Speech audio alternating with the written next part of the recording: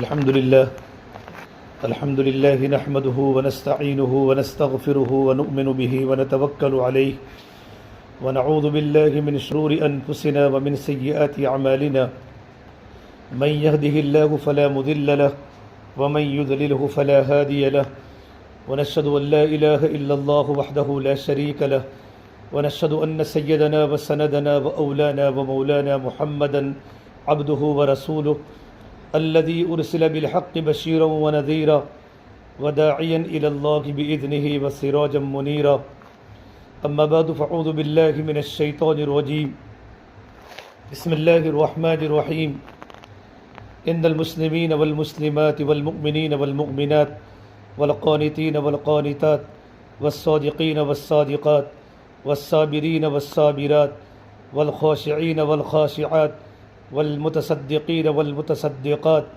والصائمين والصائمات والحافظين فروجهم والحافظات والذاكرين الله كثيرا والذاكرات أعد الله لهم مغفرة وأجرا عظيما وما كان لمؤمن ولا مؤمنة إذا قضى الله ورسوله أمرا أن يكون لهم الخيرة من أمرهم ومن يعص الله ورسوله فقد ضل ضلالا مبينا وقال النبي صلى الله تبارك وتعالى عليه وسلم إذا سلت امرأة خمسها وصامت شهرها وحسنت فرجها وأطاعت بعلها دخلت من أي أبواب الجنة شاءت وقال النبي صلى الله تبارك وتعالى عليه وسلم الدنيا كلها متاع وخير متاع الدنيا المرأة الصالحة او کما قال النبی صلی اللہ تبارک و تعالی علیہ وسلم۔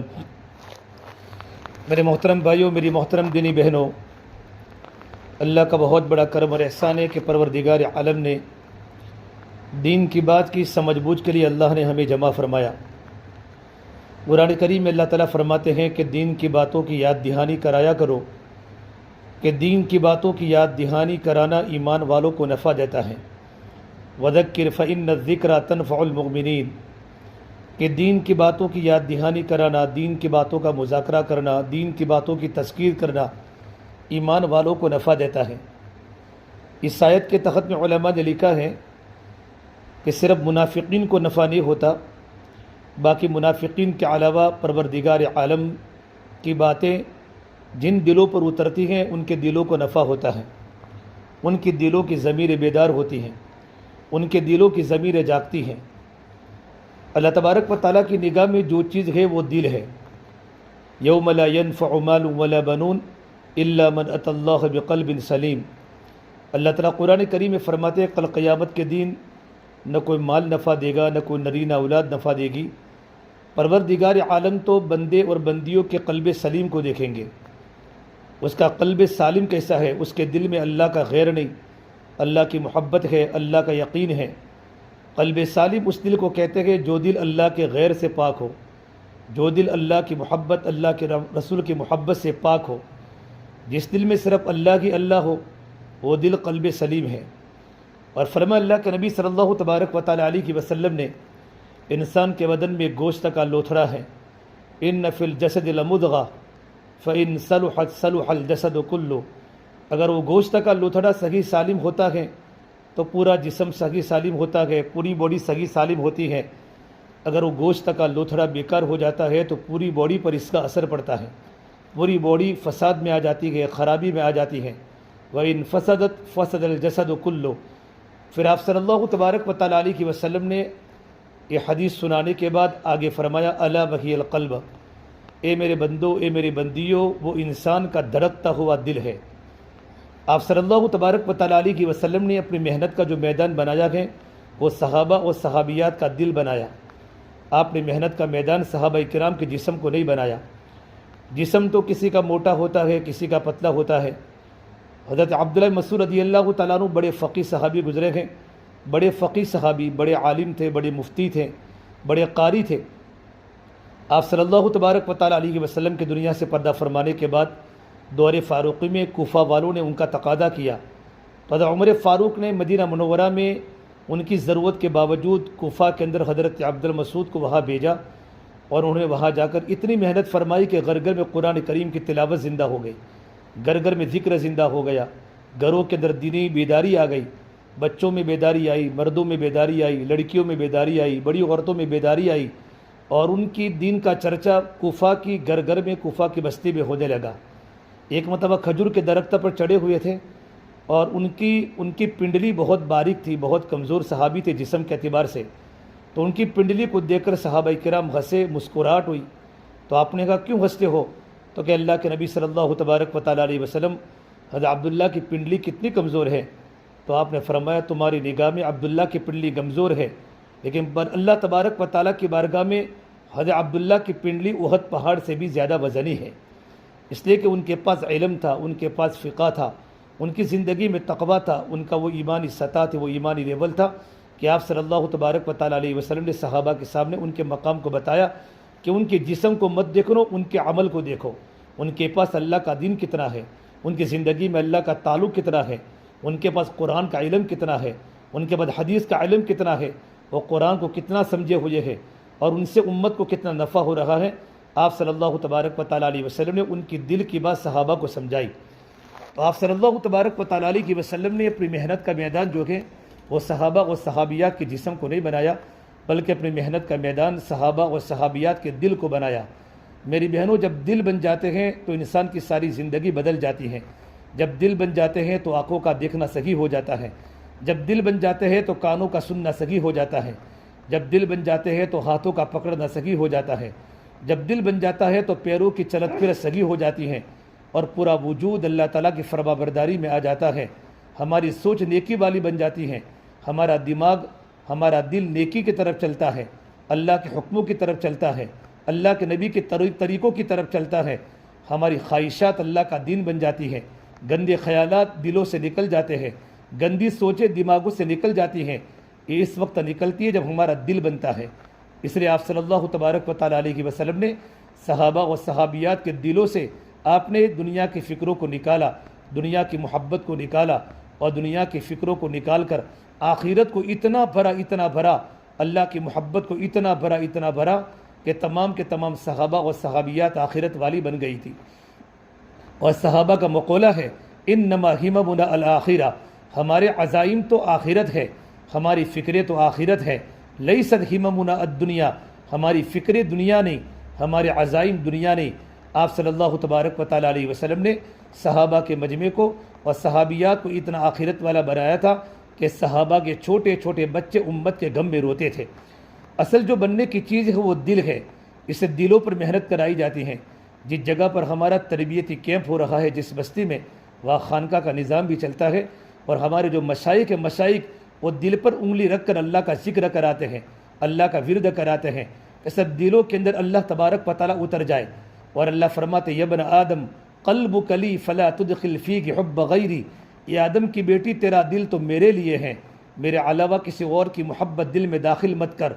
ولسانک لی فلا تذکر بہ احدا غیری، اللہ فرماتے حدیث قدسی میں میری بندی تیری زبان تو میرے لیے ہے، تیری زبان پر میرے سوا کسی کا تذکرہ نہ ہو، تیری زبان پر میرا تذکرہ ہو، تیری زبان پر میری یادیں ہو، تیری زبان پر میری محبت کے بول ہو، میرے کلمے کے بول ہو، تیری زبان پر سبحان اللہ ہو، الحمدللہ ہو، لا الہ الا اللہ ہو، اللہ اکبر ہو، تیری زبان پر قبر کی باتیں ہو، تیری زبان پر آخرت کی فکر کی باتیں ہو، تیری زبان پر ایمانیات کی باتیں ہو، تیری زبان پر عبادات کی باتیں ہو، تیری زبان میں نرمی ہو، شوہر سے کیسے بولنا ہے اس کو سیکھنا ہے، بچوں سے کیسے بات کریں اس سے سیکھنا ہے، پڑوسن کے ساتھ کیسے بات کرنی ہے یہ زبان سے سیکھنا ہے، کہ تیری زبان پر میرے علاوہ کسی کا تذکرہ نہیں ہونا چاہیے۔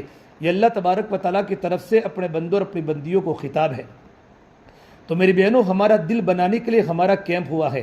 یہ تمام ہماری میڈیکل کالج کے اسٹوڈنٹس اور بی کام کرنے والی، بی اے کرنے والی اور سائنس کرنے والی جو بچیاں یہاں جمع ہوتی ہیں، جہاں پر وہ پڑھتی ہے وہاں دنیاوی حالات ہیں، چاروں طرف خرافات کا دور ہے، چاروں طرف فحاشی کا دور ہے، شرموں کے جنازے نکل چکے ہیں، اور ان کالج کی چار دیواری میں اور اسکول کی چار دیواری میں اور یونیورسٹیوں کے اندر اللہ کو نہیں بولا جاتا، آخرت کی فکر کو نہیں بولا جاتا، زندگی گزارنے کا طریقہ نہیں بولا جاتا، وہ مخلوق کو بولا جاتا ہے، وہ دنیا کی طاقت کو بولا جاتا ہے، وہ دنیا کی چیزوں کو بولا جاتا ہے، اللہ کے غیر کو بولا جاتا ہے، وہ اللہ تبارک و تعالیٰ کی باتیں نہیں ہوتی۔ وہاں ایمانیات کے تذکرے نہیں ہوتے، وہاں مغیبات کے تذکرے نہیں ہوتے، وہاں مشاہدات کے تذکرے ہوتے ہیں۔ اگر تم یہ پڑھو گی تو یہ بنو گی، اور تمہارا کلچر صحیح بنے گا، اور تم آگے جاؤ گی، تمہارا اسٹیٹس بنے گا، تمہارا یہ مقام بنے گا، تمہارے معاشرے میں تمہارا ویلیو ہوگا، سوسائٹی میں تمہاری عزت ہوگی، تم پڑھی لکھی بنو گی، تمہاری اتنی سیلری بولے گی، تمہارا شوہر تمہیں پسند کرے گا۔ اس طرح کی باتوں کو اسکولوں میں سکھایا جاتا ہے، اور ہمارے مدارس میں اور ہمارے تربیتی کیمپ کے اندر اللہ کو بولا جاتا ہے کہ اگر زندگی میں اللہ کی محبت اتری، اللہ کے رسول کی محبت اتری، اور زندگی کے اندر دین آیا، تو اللہ تعالیٰ ہمارا سب کچھ بنا دے گا۔ ہماری دنیا بھی بنے گی، ہماری آخرت بھی بنے گی، ہمارا مستقبل بھی تابناک ہوگا، ہماری لائف صحیح ہو جائے گی، ہمارے معاملات صحیح ہو جائیں گے، ہمارا کلچر صحیح ہو جائے گا۔ اس لیے کہ ایمان بنتے ہیں تو اعمال بنتے ہیں، ایمان بنے گا تو اعمال بنیں گے، اور اعمال بنیں گے تو اخلاق بنیں گے، اور اخلاق بنیں گے تو معاشرہ پاکیزہ بنے گا۔ سب سے بڑی بنیادی چیز مغیبات کا علم ہے کہ اللہ کا یقین ہمارے دل میں اترے، عقائد کا علم ہے کہ ہمارے عقیدے صحیح ہو جاوے۔ یہ ہمارے کیمپ میں اور ہماری جوڑ میں اللہ کو بولنا، اللہ کی محبت کو دل میں اتارنا، اللہ تبارک و تعالیٰ کی باتیں کرنا، اللہ کے تذکرے کرنا، اس لیے کہ ہماری جو منزل ہے وہ اللہ ہے۔ اللہ ملا تو سب کچھ ملا، اللہ نہ ملا تو کچھ بھی نہ ملا۔ ہماری بنیادی اللہ تبارک و تعالیٰ کو پانا ہے۔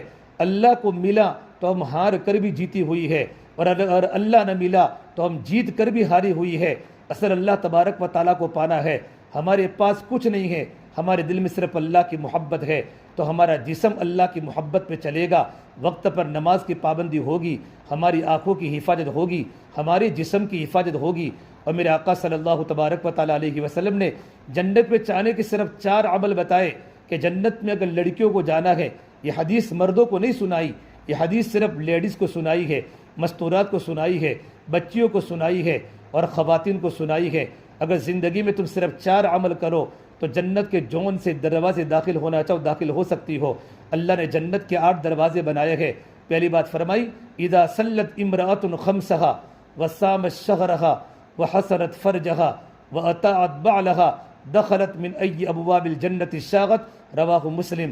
صحیح مسلم کی حدیث ہے، اگر عورت 5 وقت کی نماز کی پابندی کرے، زندگی میں 5 وقت کی نماز کی پابندی آ جائے، نماز کو وقت پر پڑھنا، نماز کو وقت پر ادا کرنا، نمبر 2 رمضان کے روزے رکھے، نمبر 3 اپنے شرمگاہ کی حفاظت کرے، اپنی عزت کی حفاظت کرنا، چونکہ ہم جہاں پڑھتی ہیں وہاں ماحول بے شرمی کا ماحول ہوتا ہے، بے حیائی کا ماحول ہوتا ہے، چاروں طرف خرافات ہوتے ہیں، لڑکیوں کا اختلاطی ماحول ہے، وہاں اختلاطی ماحول ہے۔ اللہ کے نبی صلی اللہ تبارک و تعالیٰ علیہ وسلم نے جگہ جگہ پر بچیوں کو پاک دامنی کا حکم فرمایا۔ قرآن کریم میں اللہ نے لڑکوں کو الگ کہا ہے اور لڑکیوں کو الگ کہا ہے۔ وَقُلْ لِلْمُؤْمِنِينَ يَغُضُّوا مِنْ أَبْصَارِهِمْ وَيَحْفَظُوا فُرُوجَهُمْ، ایمان والو تم اپنی نگاہوں کو نیچی کرو اور اپنے جسم کی اپنی عزت کی حفاظت کرو۔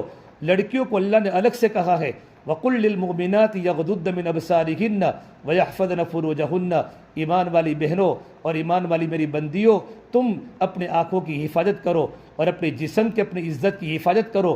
میں قرآن کریم کا محاوری ترجمہ کرتا ہوں، اپنی عزت کی حفاظت کرو، ورنہ قرآن کریم میں جہاں اللہ تبارک و تعالیٰ یا ایھا الذین آمنوا کا خطاب دیتا ہے، اے ایمان والو، تو ایمان والوں میں اللہ مردوں کو بھی خطاب کرتا ہے، اور ایمان والے میں اللہ عورتوں کو بھی خطاب کرتا ہے۔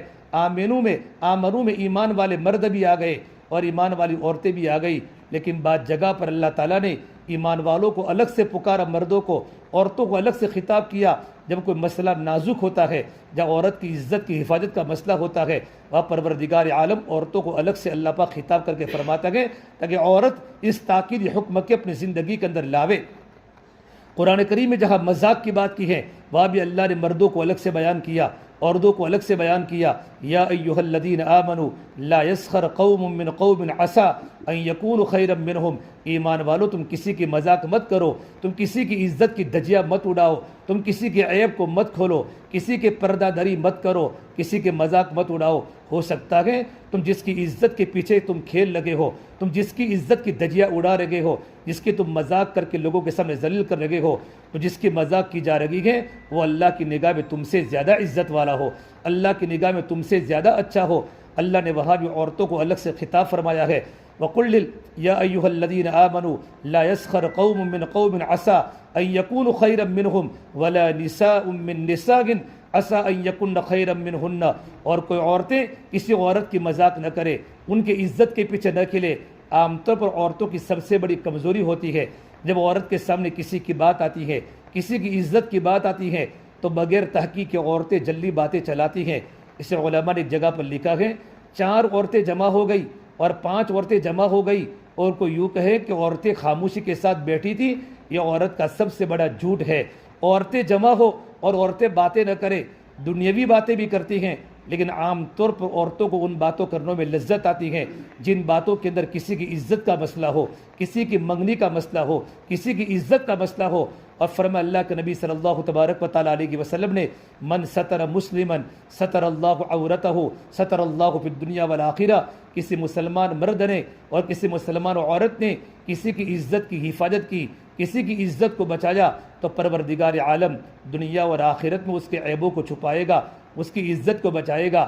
اور فرمایا اللہ کے نبی صلی اللہ تبارک و تعالیٰ علیہ وسلم نے اگر کسی بیٹے کی عزت کی دھجیاں اڑ لگی ہو اور کوئی عورت ہمارے سامنے کسی بیٹی کی عزت کے بارے میں بات کرتی ہو، ہم نے فلاں لڑکی کو فلاں لڑکے کے ساتھ دیکھا تھا، ادھر ادھر دیکھا تھا، اور اس لڑکی نے اس بچی کی عزت کو بچانے کے لیے اس کی طرفداری کی، نہیں بہن ہماری آنکھیں جھوٹے ہو سکتی ہیں، یہ بہن ایسی نہیں ہو سکتی، ہم اپنی زبان سے کسی کی غیبت کیوں کریں؟ قرآن کریم اللہ نے بڑی خطرناک وعیدیں فرمائی ہے، ویل لکل ہمزۃ لمزہ، بڑی بربادی ہے ان مردوں کے لیے، ان عورتوں کے لیے جو سامنے عیب کی باتیں کرتے ہیں، سامنے طعنہ دیتی ہیں، اور فرمایا لمزہ جو پیچھے عیب جوئی کرتی ہیں۔ ایک ہوتی ہے عیب گو، ایک ہوتا ہے عیب جو، ایک تو عیبوں کو بیان کرنا، ایک ہے عیبوں کو ڈھونڈنا۔ قرآن کریم اللہ تبارک و تعالیٰ نے یہاں فرمایا ویل، یہ تو بڑی بربادی ہے، اور ابن کثیر نے ویل کا ترجمہ لکھا ہے، ویل جہنم کے ایک وادی کا نام ہے جس سے روزانہ جہنم 70,000 مرتبہ اللہ سے پناہ مانگتی ہے کہ پروردگار عالم یہ خطرناک جہنم ہے، اتنا خطرناک جہنم کا ایریا ہے، جہنم کا ڈپارٹمنٹ ہے جہاں اللہ ان مردوں کو ڈالے گا، ان عورتوں کو ڈالے گا جن میں 2 خطرناک قسم کی بیماری ہو، ایک عیب گو ہو، عیبوں کو بیان کرنا، ایک عیب جو ہو، عیبوں کو تلاش کرنا۔ جس عورت کا مزاج بگڑ جاتا ہے اس کو ہر ایک کے اندر عیوب دکھتے ہیں، بھلائیاں نہیں دکھتی، خوبیاں نہیں دکھتی۔ اللہ کے نبی صلی اللہ تبارک و تعالیٰ علیہ وسلم کی حدیث ہے، میرے نبی نے فرمایا ظنوا بالمؤمنین خیرا، ایمان والوں کے ساتھ اچھا گمان کرو۔ ہمارے حضرت مولانا قمر الزمان صاحب الہ آبادی دعوت برکاتہم فرماتے ہیں کہ بدگمانی کے لیے دلیل چاہیے اور دلیل کے لیے علت چاہیے۔ اگر ہم نے کسی کے ساتھ بدگمانی کی، یہ لڑکی ایسی ہے، یہ لڑکا ایسے ہے، تو اس کے لیے دلیل چاہیے، کس دلیل کی بنیاد پر تم نے بدگمانی کی، اور فقہا کا اصول ہے دلیل کے لیے علت چاہیے، لیکن اچھے گمان کے ساتھ کوئی دلیل کی ضرورت نہیں ہے، کوئی علت کی ضرورت نہیں ہے، بلکہ اچھے گمان پر اللہ تبارک و تعالیٰ کی طرف سے ہمیں اجر ملے گا۔ آپ صلی اللہ تبارک و تعالیٰ علیہ وسلم دنیا سے پردہ فرمانے کے 3 دن پہلے آپ نے مدینہ منورہ کے بہت بڑے صحابی جابر بن عبداللہ سے فرمایا، اے جابر اللہ سے بھی اچھا گمان کرو اور مخلوق سے بھی اچھا گمان کرو۔ جابر زندگی میں خوشی چاہتے ہو اور زندگی کے اندر اطمینان چاہتے ہو، زندگی میں سکون چاہتے ہو تو اللہ سے کبھی بدگمان مت ہونا۔ اگر تم پر ناگواری کے حالات آوے، چونکہ مرد کی فطرت ہے اذا مسہ الخیر منوعا واذا مسہ الشر جزوعا، کہ جب بھلائی آتی ہے، جب کوئی برائی آتی ہے، اللہ نے دنیا کو حالات کی جگہ بنائی، اللہ نے دنیا کو پریشانی کرنے کی جگہ بنائی۔ ہمارے استاد محترم کے استاد مولانا ابرار صاحب دلیوی رحمۃ اللہ علیہ، سابق شیخ الحدیث دارالعلوم فلاح دارین ترکیسن نے اپنی کتاب فیض ابرار میں جگہ پر ایک بات نقل کی ہے کہ جب اللہ تبارک و تعالیٰ نے آدم علیہ السلام کا پتلا بنایا تو آدم علیہ السلام کے پتلا بنانے کے بعد پروردگار عالم نے 40 دن اللہ نے بارش برسائی، اس میں اللہ تبارک و تعالیٰ نے 39 دن اللہ نے شر کی بارش برسائی اور 1 دن خیر کی بارش برسائی۔ اس سے علماء نے بات نکالی ہے، انسان کی زندگی 70 سالہ ہو، انسان کی زندگی 80 سالہ ہو، زندگی کا اکثر دور ناگواری میں گزرے گا، اور ناگواری جو آئے گی وہ اللہ تبارک و تعالیٰ کی طرف رجوع کرنے کے لیے آئے گی۔ میری بہنوں، میری بیٹیوں، حالات آتے ہیں تربیت کے لیے اور مدد آتی ہے تسلی کے لیے۔ خربوزہ جو ہوتا ہے بغیر گرمی کے نہیں پکتا، خربوزہ جب گرمی میں گزرتا ہے اس میں مٹھاس پیدا ہوتی ہے، جب تک گرمی نہیں پڑے گی، گرم گرم لو جب خربوزہ کو نہیں لگے گی تو خربوزہ میں مٹھاس نہیں آئے گی۔ گیہوں کے لیے سردی کا حالات ضروری ہیں، جب تک کڑک کڑک سردی جب گیہوں کو نہیں لگتی تب تک گیہوں کے اندر مٹھاس پیدا نہیں ہوتی اور گیہوں صحیح نہیں ہوتے۔ کبھی کبھی زندگی میں ناگواریاں آتی ہیں، ناگواریوں سے ڈرنا نہیں چاہیے۔ ایک بہت بڑے مدینہ منورہ کے مالدار صحابی حضرت عبد الرحمن بن عوف رضی اللہ تعالیٰ عنہ، جو مدینے کے مالدار صحابی ہے، میرے نبی نے ان کو رحمان کے تاجر کا لقب دیا اور ٹاپ 10 صحابہ کرام میں ہے جنہوں نے اللہ کے نبی صلی اللہ تبارک و تعالیٰ علیہ وسلم نے جن کو ایک ساتھ جنت کی بشارت سنائی کہ ابو بکر جنتی ہے، عمر جنتی ہے، عثمان جنتی ہے، علی جنتی ہے، سعد بن وقاص جنتی ہے، طلحہ جنتی ہے، زبیر جنتی ہے، عبد الرحمن جنتی ہے، ابو عبیدہ بن جراح جنتی ہیں۔ ان 10 صحابہ کرام کو اللہ کے سعید بن زید جنتی ہیں۔ آپ نے 10 صحابہ کرام کو جنت کی بشارت ایک ساتھ بیٹھ کر سنائی۔ اس میں مدینہ منورہ کے صحابی حضرت عبد الرحمن بن عوف ہے، وہ فرماتے ہیں میں نے اپنی پوری زندگی کا نچوڑ نکالا ہے، پوری زندگی کا خلاصہ نکالا کہ خیر کا خیر بھی ہم نے ناگواریوں کو برداشت کرنے کے اندر پایا ہے۔ تو میری بہنوں میں کہہ رہا تھا، اللہ قرآن کریم میں کہہ رہا ہے وَلَا نِسَاءٌ مِّن نِسَاءٍ عَسَىٰ أَن يَكُنَّ خَيْرًا مِّنْهُنَّ، کہ کوئی عورتیں کسی عورت کی مذاق نہ کرے۔ ہو سکتا ہے جس عورت کی مذاق کی جا رہی ہے، جس عورت کو ہم ذلت کی نگاہوں سے دیکھتے ہیں، وہ عورت اللہ تعالیٰ کی بارگاہ میں ہم سے کئی گنا اچھی ہو۔ غلطی معاف ہو جاتی ہے اور غلطی کے معاف ہونے کے بعد، توبہ کرنے کے بعد اللہ کی بندیاں اتنا اللہ کا قرب ملتا ہے۔ بعض مرتبہ نیکیاں کرنے سے بھی اتنا اللہ کا قرب نہیں ملتا جتنا گناہ کرنے کے بعد توبہ کرنے سے اللہ کا قرب مل جاتا ہے۔ ایک ہوتا ہے حسن کا تکبر اور ایک ہوتا ہے مال کا تکبر اور ایک ہوتا ہے دین کا تکبر۔ علماء نے لکھا ہے کہ دین کا تکبر مال کے تکبر سے بھی زیادہ ہے، دین کا تکبر حسن کے تکبر سے بھی زیادہ ہے۔ دین کا تکبر میرے پاس اتنا نالج ہے، کبھی کبھی انسان کو ایسا غلبہ طاری ہو جاتا ہے، اپنے کو بہت کچھ سمجھتا ہے، زندگی میں عجب پیدا ہو جاتا ہے۔ میرے آقا صلی اللہ تبارک و تعالی علیہ وسلم نے فرمایا، صحیح بخاری شریف جلد ثانی کی روایت، اگر دو بھیڑیوں کو اگر بکریوں کے ریوڑ میں چھوڑ دیا جاوے، بھیڑیے کی سب سے بڑی غذا، ٹائیگر کی سب سے اچھا خوراک، سب سے اچھی غذا بکریاں ہوتی ہے، اور بالکل دو بھوکے بھیڑیے کو ارسلا فی غنم، بکریوں کے ریوڑ میں چھوڑ دیا جاوے، اتنا نقصان یہ ہوگا جتنا نقصان اس مرد کا ہوگا، اس عورت کا ہوگا کہ اس کو اللہ نے کچھ علم دیا ہو، کچھ دین دیا ہو، کچھ نالج دیا ہو، میڈیکل سائنس میں بچی پڑھتی ہو، بی کام کر رہی ہو، بی اے کر رہی ہو، دنیا کا نالج ہو یا دین کا نالج ہو، اور اپنے آپ کو بڑا سمجھے میں کچھ ہوں اور دوسروں کو حقیر سمجھے، اتنا نقصان اس سے ہوگا، اتنا نقصان تو دو بھوکے بھیڑیوں کو بکریوں کے ریوڑ میں چھوڑنے سے نہیں ہوگا۔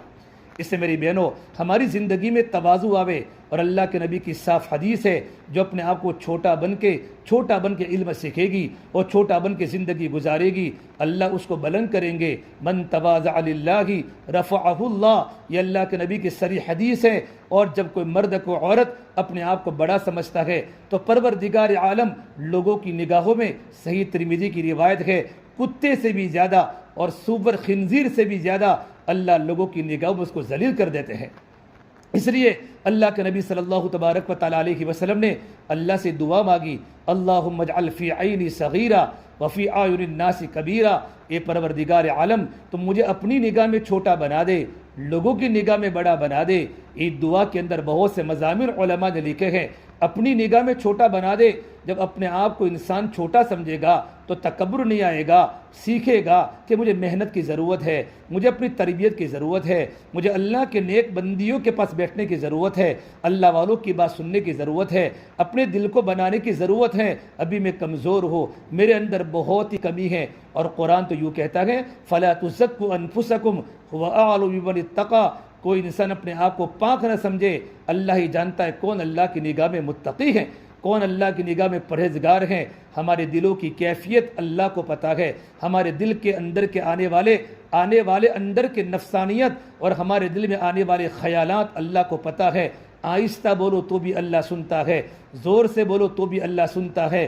وَيَعْلَمُ السِّرَّ وَأَخْفَى، مفتی محمد شفیع عثمانی صاحب نے اس کا ترجمہ کیا ہے کہ تمہارے دل میں آنے والی دھڑکن، دل میں آنے والا ارادہ، چاہے اچھا ارادہ ہو چاہے غلط ارادہ ہو، اللہ اس کو بھی جانتا ہے۔ وَأَخْفَى، ابھی تک تمہارے دل میں کوئی ارادہ نہیں آیا، مستقبل میں اور بھوشیہ میں تمہارے دل میں کون سا ارادہ آئے گا، نیکی کا ارادہ آوے گا یا بدی کا ارادہ آوے گا، اس ارادے پر بھی اللہ تبارک و تعالیٰ کی پکڑ ہے۔ الم یعلم بان اللہ یری، اللہ اپنے بندوں کو عجیب انداز سے فرماتے ہیں، اے میرے بندے کیا تمہیں پتہ نہیں میں تمہیں برابر دیکھ رہا ہوں، تمہیں برابر دیکھ رہا ہوں۔ سواء منکم من اسر القول ومن جہر بہ ومن هو مستخف باللیل وسارب بالنہار۔ قرآن کریم کی آیت کو اگر ہم پڑھیں گے، قرآن کا مطالعہ کریں گے، 24 گھنٹے کی زندگی ہماری اللہ کی نگرانی میں ہے۔ ولا تحسبن اللہ غافلا عما يعمل الظالمون، اللہ اپنے بندوں کو فرماتے ہیں میرے بندی غفلت کے ساتھ زندگی مت گزار، اللہ تیری حرکتوں سے واقف ہے، تیری آنکھوں کی خیانت کو جانتا ہے۔ یعلم خائنۃ الاعین وما تخفی الصدور، تیری آنکھیں کہاں چمکتی ہیں، تیری آنکھیں کن چیزوں کو دیکھتی ہیں۔ میری بہنوں، جب ایمان کمزور ہو جاتا ہے تو بدن کے سارے اعضاء قابو کھو بیٹھتے ہیں، ایمان کھوکھلا ہو جاتا ہے تو دیکھنا بدل جاتا ہے، بولنا بدل جاتا ہے، پکڑنا بدل جاتا ہے، ہمارا پورا بدن کا وجود گناہوں کی طرف مائل ہو جاتا ہے، خواہشات کی طرف مائل ہو جاتا ہے، دل بنتا ہے، بدن کے سارے اعضاء بنتے ہیں، دل میں ایمان آتا ہے، لا الہ الا اللہ آتا ہے۔ لا الہ الا اللہ یہ دل کی چیز ہے، محمد الرسول اللہ یہ باہر کی چیز ہے۔ لا الہ الا اللہ یہ چھپ نہیں سکتا، لا الہ الا اللہ یہ ظاہر ہو نہیں سکتا، محمد الرسول اللہ یہ چھپ نہیں سکتا۔ جب لا الہ الا اللہ جب دل میں اترتا ہے تو محمد رسول اللہ ہماری زندگی میں ظاہر ہوتا ہے، ہماری عبادات بتائے گی میں محمد رسول اللہ کی غلام ہوں، میرا کلچر بتائے گا، میرا کیریکٹر بتائے گا، میرے اخلاق بتائیں گے، میری معاشرت، میرا رہن سہن، میرا رویہ، میرا سلوک، میری زبان کا میٹھا بول بتائے گا کہ میں اللہ کے نبی صلی اللہ تبارک و تعالی علیہ وسلم کی تعلیمات پر چل لگی ہوں۔ میرے معاملات بتائیں گے، میرا لین دین بتائیں گے کہ میں اللہ کے نبی صلی اللہ تبارک و تعالی علیہ وسلم کے طریقے کو فالو کر رہی ہوں، اللہ کے نبی کی زندگی کو فالو کر رہی ہوں۔ میری بہنوں، جب ایمان کمزور ہو جاتا ہے تو آنکھوں کا دیکھنا غلط ہو جاتا ہے۔ اللہ فرماتے ہیں یعلم خائنۃ الاعین وما تخفی الصدور، پروردگار عالم تمہاری آنکھوں کی خیانت کو جانتا ہے، تمہاری آنکھیں کن چیزوں کی تصویریں تمہارے دماغ میں لے رہی ہیں۔ اللہ نے ایک آنکھ میں 13 کروڑ بلب رکھے، دوسری آنکھ میں اللہ نے 13 کروڑ بلب رکھے، ہماری 2 آنکھوں میں 26 کروڑ بلب ہے، ہماری آنکھ میں ہزاروں انسانوں کی تصویر ہے، ماں کی تصویر ہے۔ اب ماں کو یاد کرے گی دماغ سے تو ماں کی تصویر تمہارے آنکھوں میں آ جائے گی، اپنے ابا کو یاد کرے گی، ابا کی تصویر تمہارے آنکھوں میں آ جائے گی، اپنی بہن کو یاد کرے گی، بہن کی تصویر تمہاری آنکھوں میں آ جائے گی، اپنی بھائی کو یاد کرے گی، بھائی کی تصویر آپ کی آنکھوں میں آ جائے گی۔ ہماری آنکھ نے کتنوں کے فوٹو لیے ہیں، میرا اللہ کتنی بڑی نعمت ہم کو دی ہے۔ اللہ اگر 26 کروڑ بلب میں سے 4-5 بلب اللہ بجھا دے، ہمیں دکھے تو صحیح لیکن سارا سفید دکھے، ریڈ بھی سفید دکھے، بلیک بھی سفید دکھے، یلو بھی سفید دکھے، پنک بھی سفید دکھے، ساری جہاں ہمیں سفید دکھے۔ کبھی اللہ نے ہماری آنکھوں کا بل مانگا؟ ایک ہی بل مانگا ہے، یا ابن آدم جعلت لک العینین وجعلت لها غطاء فانظر بعینہ ما احللتہ، یا آدم کی بیٹی میں نے تجھے 2 آنکھیں عطا فرمائی اور آنکھوں پر پردہ عطا فرمایا، اے میری بندی اس آنکھ سے وہ چیز دیکھ جو میں نے تیرے لیے حلال کیا ہے۔ میری بہنوں، یہ آنکھوں کا بل ہے، حلال چیزوں کو دیکھنا ہے، اپنے شوہر کو محبت سے دیکھنا۔ میرے نبی نے فرمایا جب بیوی اپنے شوہر کو دیکھ کر مسکراتی ہے اور شوہر بیوی کو دیکھ کر مسکراتے ہیں تو پروردگار عالم دونوں کو دیکھ کر مسکراتے ہیں۔ کتنی بڑی حدیث ہے، اپنے ماں باپ کو محبت کی نگاہوں سے دیکھنا مقبول حج اور عمرے کا ثواب ملتا ہے۔ وہاں ہماری آنکھیں دیکھے، اپنے شوہر کو نکاح کے بعد دیکھنا اور اپنے ماں باپ کو روزانہ دیکھنا، جتنی مرتبہ نیت کروں گی پروردگار عالم آپ کو مقبول حج کا ثواب ملے گا۔ ہماری ہماری آنکھیں قرآن کو دیکھے تو اللہ فرماتے ہیں یعلم خائنۃ الاعین، ہم اللہ تبارک و تعالی ہمارے آنکھوں کی خیانت کو جانتا ہے۔ آنکھ نے غلط دیکھا، ہمارے دل میں جو فوٹو آئے، جس کو دیکھا اس کا فوٹو ہمارے دل میں آیا، اس کے خیالات ہمارے دل میں آئے، اس کی محبت غلط ہمارے دل میں آئی۔ وما تخفی الصدور، پروردگار عالم دلوں کے بیدوں کو بھی جانتا ہے۔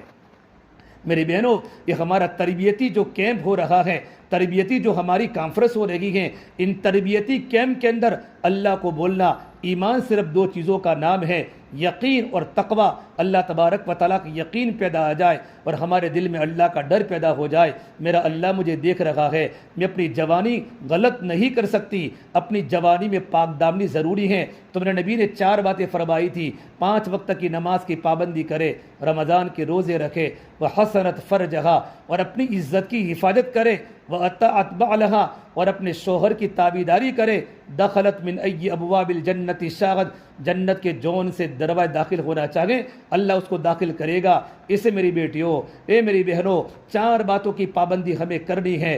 5 وقت کی نماز کی پابندی کرنی، رمضان کا مبارک مہینے میں فرض روزے رکھنے، اور اپنی عزت کی حفاظت اس عمر میں کرنی ہے۔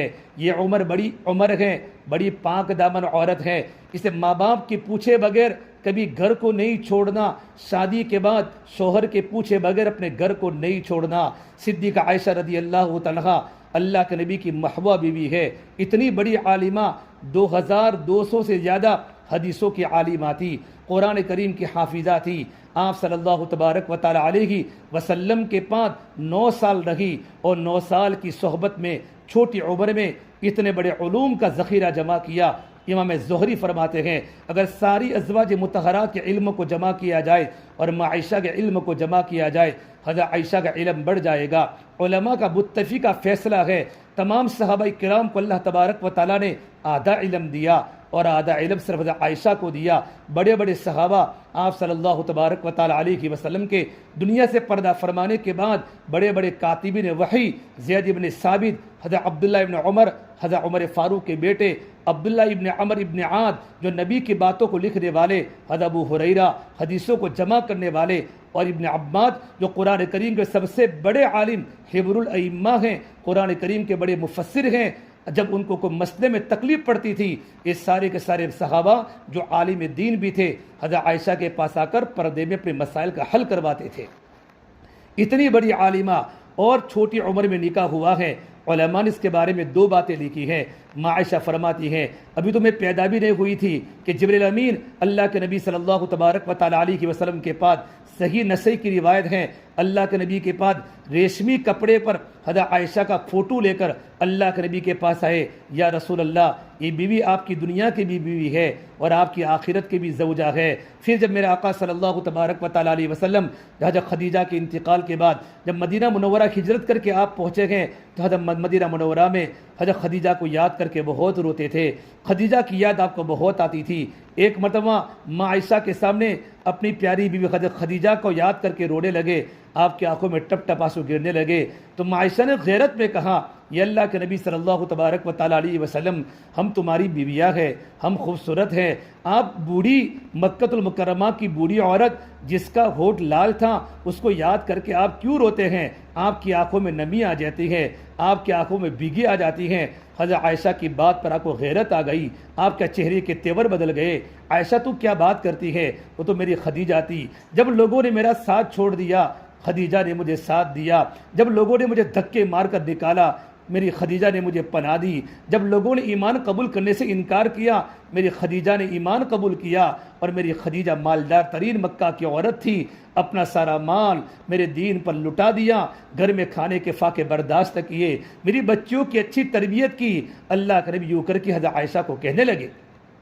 ایک مرتبہ حضرت عائشہ کے پاس حضرت خدیجہ کی بہن حالہ آئی، اللہ کے نبی صلی اللہ تبارک و تعالی علیہ وسلم مسجد نبی میں تھے، جیسے آپ اپنے گھر میں انٹر ہوئے، اپنے گھر میں داخل ہوئے، حضرت حالہ خدیجہ کی بہن تھی، آواز دونوں کی سیم تھی، آپ کو خدیجہ کی یاد آ گئی۔ جب آپ گھر میں داخل ہوئے تو آپ کی آنکھوں میں آنسو تھے۔ حضرت عائشہ نے کہا یا رسول اللہ آپ کیوں رو رہے ہیں؟ کہ مجھے خدیجہ کی یاد تازہ ہو گئی، کہ خدیجہ کی بہن کی آواز سن کر میری خدیجہ کی یاد تازہ ہو گئی۔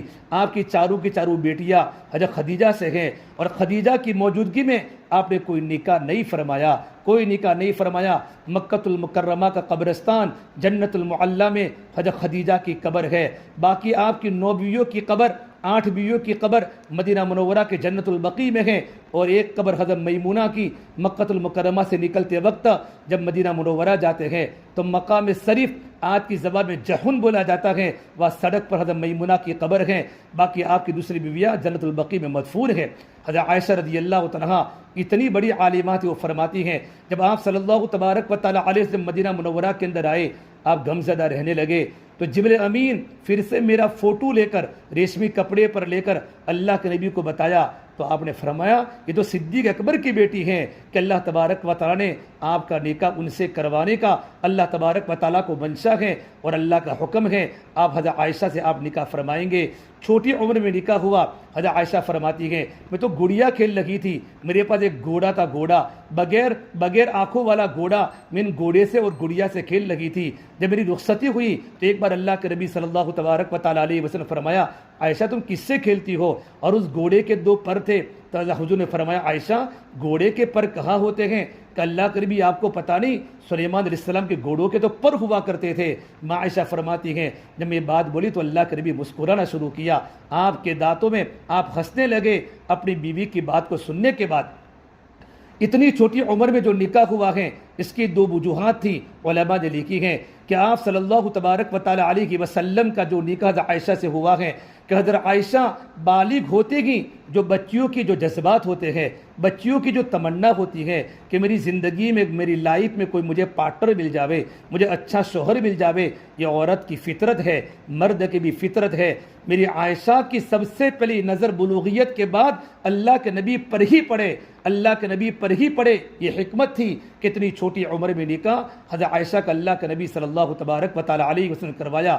اور آگے دوسری بات بتائی ہے حضرت عائشہ نبی کے پاس جب چھوٹی عمر میں جائے گی تو چھوٹی عمر میں بچوں کا دماغ اچھا ہوتا ہے، بچوں کا ذہن اچھا ہوتا ہے، بچیوں کا ذہن اچھا ہوتا ہے، تو آپ صلی اللہ تبارک و تعالیٰ علیہ وسلم کی صحبت میں رہ کر بہت بڑے علم کو حاصل کرے گی۔ اور یہی ہوا، ماں عائشہ قرآن کی تو حافظہ تھی، حدیث کی تو عالمہ تھی، لیکن طب کا بھی علم وہ جانتی تھی۔ حضرت عروہ ان کے بھانجے فرماتے ہیں میں نے عائشہ کو کہا عائشہ تم کو حدیث کا علم تو بہت زیادہ ہے، اس میں کوئی تعجب کی بات نہیں ہے کہ تم اللہ کے نبی کی بیوی ہو اور صدیق اکبر کی بیٹی ہو، تم قرآن کریم کے حافظہ ہو، اس میں کوئی تعجب کی بات نہیں ہے کہ تمہاری ابا ابو بکر ہیں اور تم اللہ کے نبی صلی اللہ تبارک و تعالیٰ علیہ وسلم کی زوجہ محترمہ ہو، آپ نے میرے نبی کے پاس قرآن کریم کو سیکھا ہے، لیکن تم کو ڈاکٹری کا علم ہے، اس پر مجھے تعجب ہوتا ہے، تم گھر میں رہنے والی، پردے میں رہنے والی، تم نے میڈیکل سائنس کو کب پڑھا، تم نے طب کا علم کیسے حاصل کیا؟ تو عائشہ فرماتی، صحیح بخاری کی روایت ہے کہ جب میرے آقا صلی اللہ تبارک و تعالیٰ علیہ وسلم جب بیمار ہوئے تو عرب اور عجم سے لوگ میرے نبی کی ملاقات میں آتے تھے اور آپ کو جڑی بوٹی کا علاج بتاتے تھے، آپ اگر یہ کھاؤں گے تو آپ کے سر کا درد ختم ہو جائے گا۔ تم ان تمام کی باتیں سن کر میں ذہین تھی، میں فتین تھی، اللہ نے مجھے علم دیا تھا، میں ساری کی ساری باتیں سیکھ گئی۔ جب بھی میرے نبی کو کوئی بیماری ہوتی تھی تو میں جڑی بوٹی کا علاج کر کے میرے نبی کا علاج کیا کرتی تھی، میں خود علم طب کو مکمل حاصل کر چکی تھی۔ میری بہنوں، یہ اللہ کے نبی کی بیگم ہے، لیکن زندگی میں کتنے اخلاق تھے، کتنے اخلاق تھے، زندگی میں کتنا بڑا علم تھا، کتنی سخی تھی، کتنی راتوں کو رونے والی تھی۔ اور ماں عائشہ کی فضیلت فرما اللہ کے نبی صلی اللہ تبارک و تعالیٰ علیہ وسلم نے حضرت عائشہ کی فضیلت دنیا کی تمام عورتوں پر ایسی ہیں جیسے سرید کی فضیلت تمام کھانوں پر ہے۔ سرید ایک عرب کا کھانا ہوتا تھا، عرب کے مرد بھی اور عرب کی عورتیں بھی بڑی محبت سے یہ کھانا کھاتے تھے اور بہت کم لوگوں کے گھروں میں کھانا پکتا تھا۔ تو میرے آقا نے فرمایا حضرت عائشہ کی فضیلت تمام عورتوں پر ایسی ہے جیسے سرید کھانے کی فضیلت تمام کھانوں پر ہے۔ ایک مرتبہ اللہ کے نبی صلی اللہ تبارک و تعالیٰ علیہ وسلم میں بات کہہ رہا تھا، جب بھی اپنے گھر سے نکلے اپنے شوہر کی بات کو شوہر کو پوچھ کر نکلنا ہے۔ اگر اپنی عمر چھوٹی ہے، ابھی نکاح نہیں ہوا، گھر سے اگر کسی کے گھر پر جانا ہو، خالہ کے گھر پر جانا ہو، پھوپھی کے گھر پر جانا ہو، پڑوس میں جانا ہو، اپنے ماں کو پوچھ کے جاوے، اپنے ابا کو پوچھ کر جاوے، والدین کو پوچھ کر جاوے۔ غزوہ مستلق کے موقع پر میرے آقا صلی اللہ تبارک و تعالیٰ علیہ وسلم حضرت عائشہ کو لے کر غزوے میں گئے ہیں۔ غزوہ مستلق کا موقع ہے، صحابہ کا مجمع ساتھ میں تھے۔ اس زمانے میں اللہ کے نبی کبھی کبھی ایک عورت کو، کبھی کبھی 2 بیویوں کو اب اللہ کے راستے کے سفر میں لے جاتے تھے۔ غزوہ مستلق کے موقع پر حضرت عائشہ اللہ کے نبی کے ساتھ ہے اور آپ صلی اللہ تبارک و تعالیٰ علیہ وسلم جب یہ غزوہ پورا ہوا اور صحابہ کو روانگی کا حکم دیا کہ صحابہ کو روانہ ہونا ہے، تو صحابہ اپنے اونٹوں کی تیاری کرنے لگے، اونٹوں پر کجاوا باندھنے لگے۔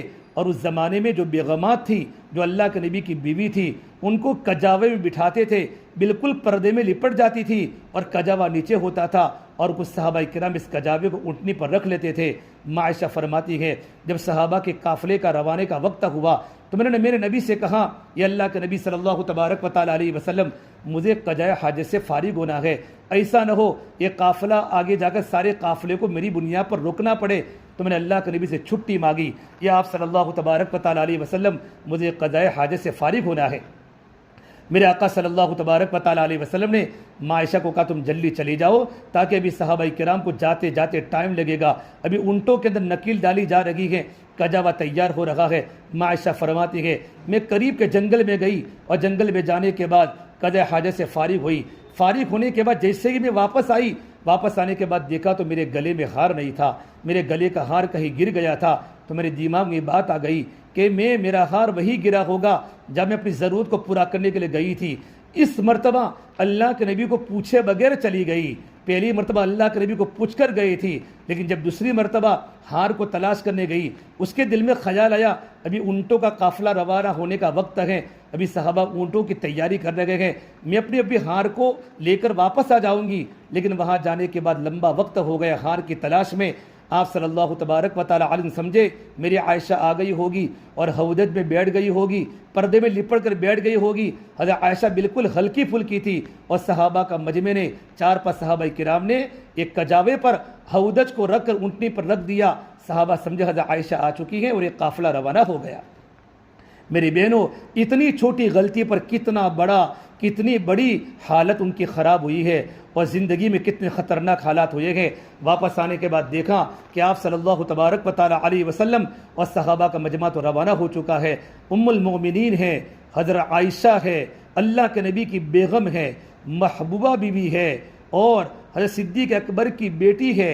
اتنی محبوبہ بیوی کہ ایک مرتبہ مکہ المکرمہ میں یہ بات مشہور تھی کہ میرے آقا صلی اللہ تبارک و تعالیٰ علیہ وسلم، صحیح مسلم کی روایت کہ آپ صلی اللہ تبارک و تعالیٰ علیہ وسلم حضرت عائشہ کے گھر پر جب آپ کی سونے کی باری ہوتی تھی تو مکہ والے مدینہ والے انتظار میں ہوتے تھے، جب کوئی نبی کو ہدیہ بھیجنا ہو ہدیہ تو اس وقت ہدیہ بیچتے تھے جب اللہ کے نبی کے سونے کی باری حضرت عائشہ کے گھر پر ہوتی تھی، کیونکہ صحابہ کو معلوم تھا اور مدینہ منورہ میں صحابیت کو معلوم تھا کہ اللہ کے نبی تمام بیویوں کے ساتھ اچھا برتاؤ کرتے ہیں، عدل کرتے ہیں، انصاف کا برتاؤ کرتے ہیں، لیکن آپ کا دل حضرت عائشہ کی طرف زیادہ ہے، ان کے علم کی وجہ سے، ان کے تقوی کی وجہ سے۔ اور آپ نے اللہ تبارک و تعالیٰ سے بھی یہ کہا تھا اے پروردگار عالم میری جتنی بیویاں ہیں میں ہر ایک کے ساتھ انصاف کا برتاؤ کرتا ہوں، لیکن میرا دل عائشہ کی طرف زیادہ ہے، اے مولا میری پکڑ مت فرما۔ تو مدینہ منورہ کے لوگ جب بھی کوئی ہدیہ بھیجنا ہوتا تھا حضرت عائشہ کی باری میں ہدیہ بھیجا کرتی تھی۔ دوسری ازواج مطہرات کو اس بات کا علم ہوا جب میرے آقا صلی اللہ تبارک و تعالیٰ علیہ وسلم حضرت عائشہ کے گھر پر ہوتے ہیں تو مدینہ والے ہدیہ بیچتے ہیں، ہماری باری پر ہدیہ نہیں بیچتے۔ تو عورتیں جمع ہوئی، سوکلیں جمع ہوئی اور ام سلمہ کو تیار کیا کہ ام سلمہ تم کسی بھی موقع پر بات میں اللہ کے نبی کو یہ بات بتا دو کہ جس طرح حضرت عائشہ کو دنیا کی چیزوں سے محبت ہے ہمیں بھی محبت ہوتی ہے کہ ہماری باری کے اندر بھی ہدیہ آوے۔ ام سلمہ نے ایک موقع پا کر آپ صلی اللہ تبارک و تعالیٰ علیہ وسلم کو اپنی دوسری اللہ کے نبی کی بیویوں کی بات سنا دی تو آپ نے ام سلمہ کی بات کو سن کر آپ نے اعراض فرما لیا، آپ نے اپنا منہ پھیر لیا۔ ام سلمہ نے دوسری مرتبہ کہا تو آپ نے اعراض فرما لیا، آپ نے اپنے چہرے انور کو آپ نے پھرا دیا۔ جب تیسری مرتبہ ام سلمہ نے کہا تو آپ نے اپنے چہرے کو پھیر دیا۔ جب چوتھی مرتبہ کا تو آپ نے فرمایا ام سلمہ آئندہ تم مجھے عائشہ کے بارے میں تکلیف مت پہنچانا، آئندہ مجھے عائشہ کے بارے میں تکلیف مت پہنچانا۔ پھر آپ نے دلیل بتائی اے ام سلمہ میں عائشہ کے ساتھ جب لحاف میں لیٹتا ہوں اس وقت قرآن کریم کی وحی آتی ہے، باقی عورتوں کے ساتھ میں جب بھی ان کے گھر پر ہوا ہوں قرآن کریم کی وحی نہیں آتی، ان کے لحاف میں یہ عائشہ کی فضیلت ہے۔ اس وقت بھی جبریل امین میرے پاس قرآن کریم کی وحی کو لے کر آتے ہیں۔ ام سلمہ نے اس بات کا تذکرہ دوسرے ازواج مطہرات کے سامنے کیا، تب سے انہوں نے بات کرنا بند کر دی۔ بلکہ بعض روایات جو صحیح بخاری میں ہے کہ تمام ازواج مطہرات نے اللہ کے نبی کی بیٹی فاطمہ کو بلا کر کہا اے فاطمہ تمہارے ابا محمد صلی اللہ تبارک و تعالیٰ علیہ وسلم جو عائشہ کے گھر پر ہوتے ہیں تو مدینہ والے ان کی باری میں ہدیہ بھیجا کرتے ہیں، ہماری باری میں کوئی ہدیہ نہیں آتا، فاطمہ یہ بات آپ اپنے ابا تک پہنچا دو۔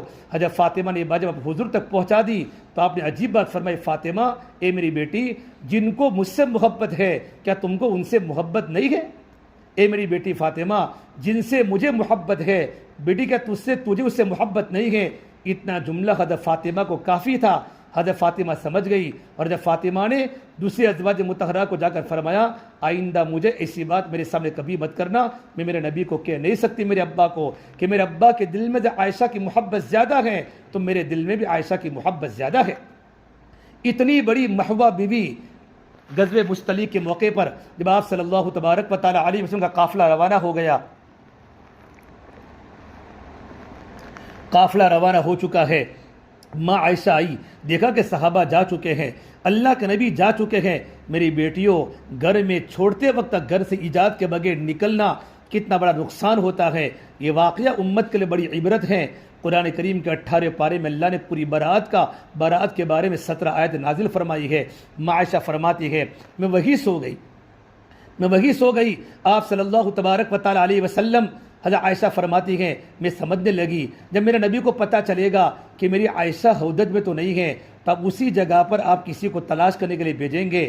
اور آپ صلی اللہ تبارک و تعالی سے کی عادت تھی، ایک پکی عمر کے صحابی حضرت معطل جن کا نام تھا، ہشام معطل نام میرے آگے ذہن سے نکل گیا، ان صحابی کو آپ نے یہ طے کیا تھا جب قافلہ روانہ ہو جاوے تو قافلہ کے روانہ ہونے کے بعد آپ کو اس جگہ پر جانا ہے جہاں قافلہ رکا تھا، اگر کوئی چیز گری ہو، کوئی سامان گرا ہو، ان چیزوں کو وہاں سے آپ کو لانا ہے۔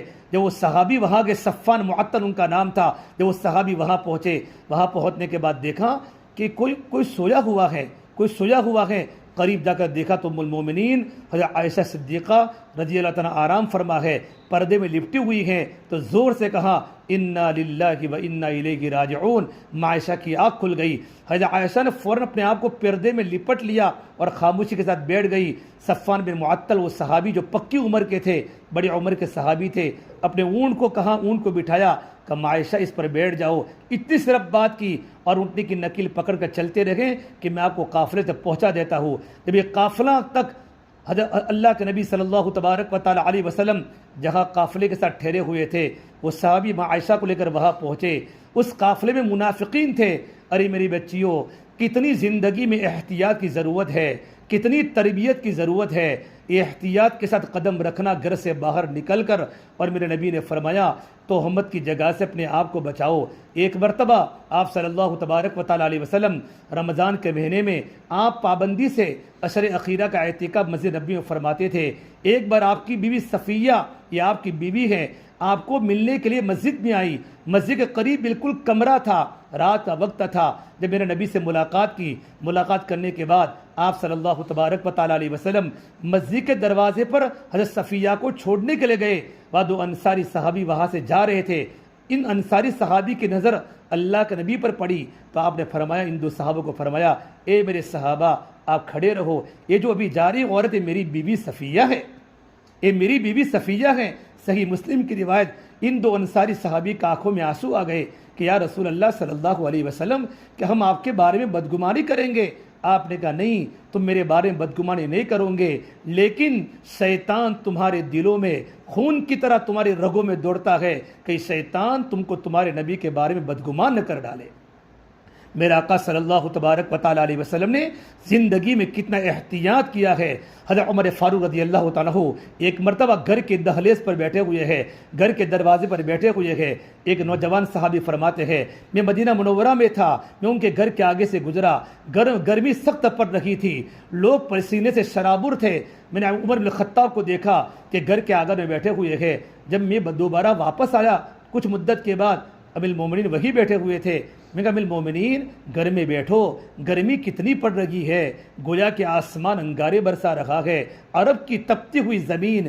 حضرت عمر نے فرمایا اصل بات یہ ہے میں اس لیے باہر بیٹھا ہوا ہوں، آج میری بیٹی حفصہ، اللہ کے نبی کی بیوی، میری بیٹی حفصہ میرے گھر پر آئی ہوئی ہے اور میرے گھر پر میری بیوی موجود نہیں ہے، میں نہیں چاہتا کہ میری بیٹی گھر میں اکیلے ہو اور میں اپنی بیٹی کے ساتھ اکیلا گھر میں بیٹھوں۔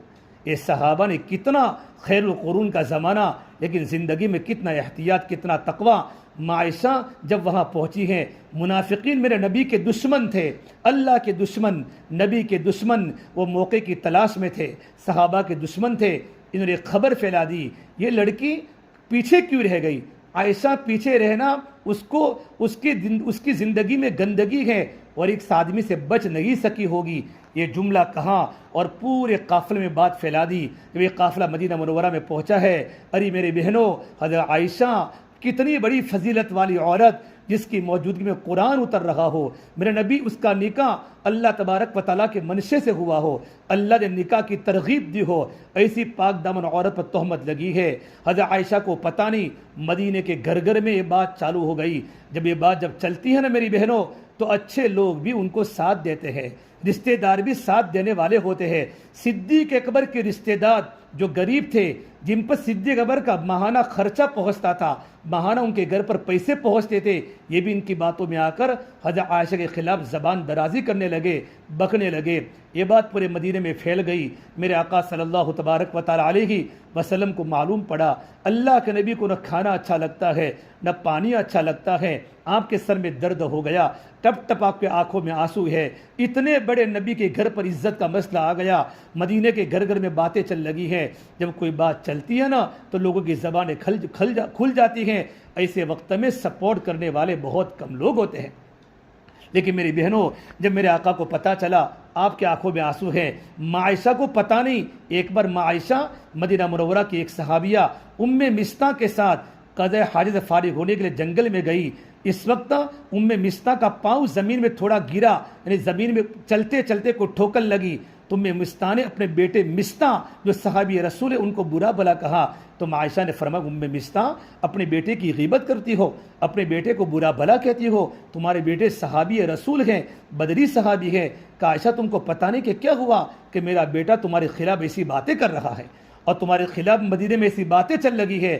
عائشہ فرماتی ہے میں سفر کے بعد تمہیں بیمار تھی. یہ بات کے سننے کے بعد حضرت عائشہ بیمار ہو گئی. دبلی تھی، پتلی تھی، ہلکی تھی، بڑی عالمہ تھی. ہلکی کا مطلب کمزور تھی، بدن میں بالکل کمزور تھی.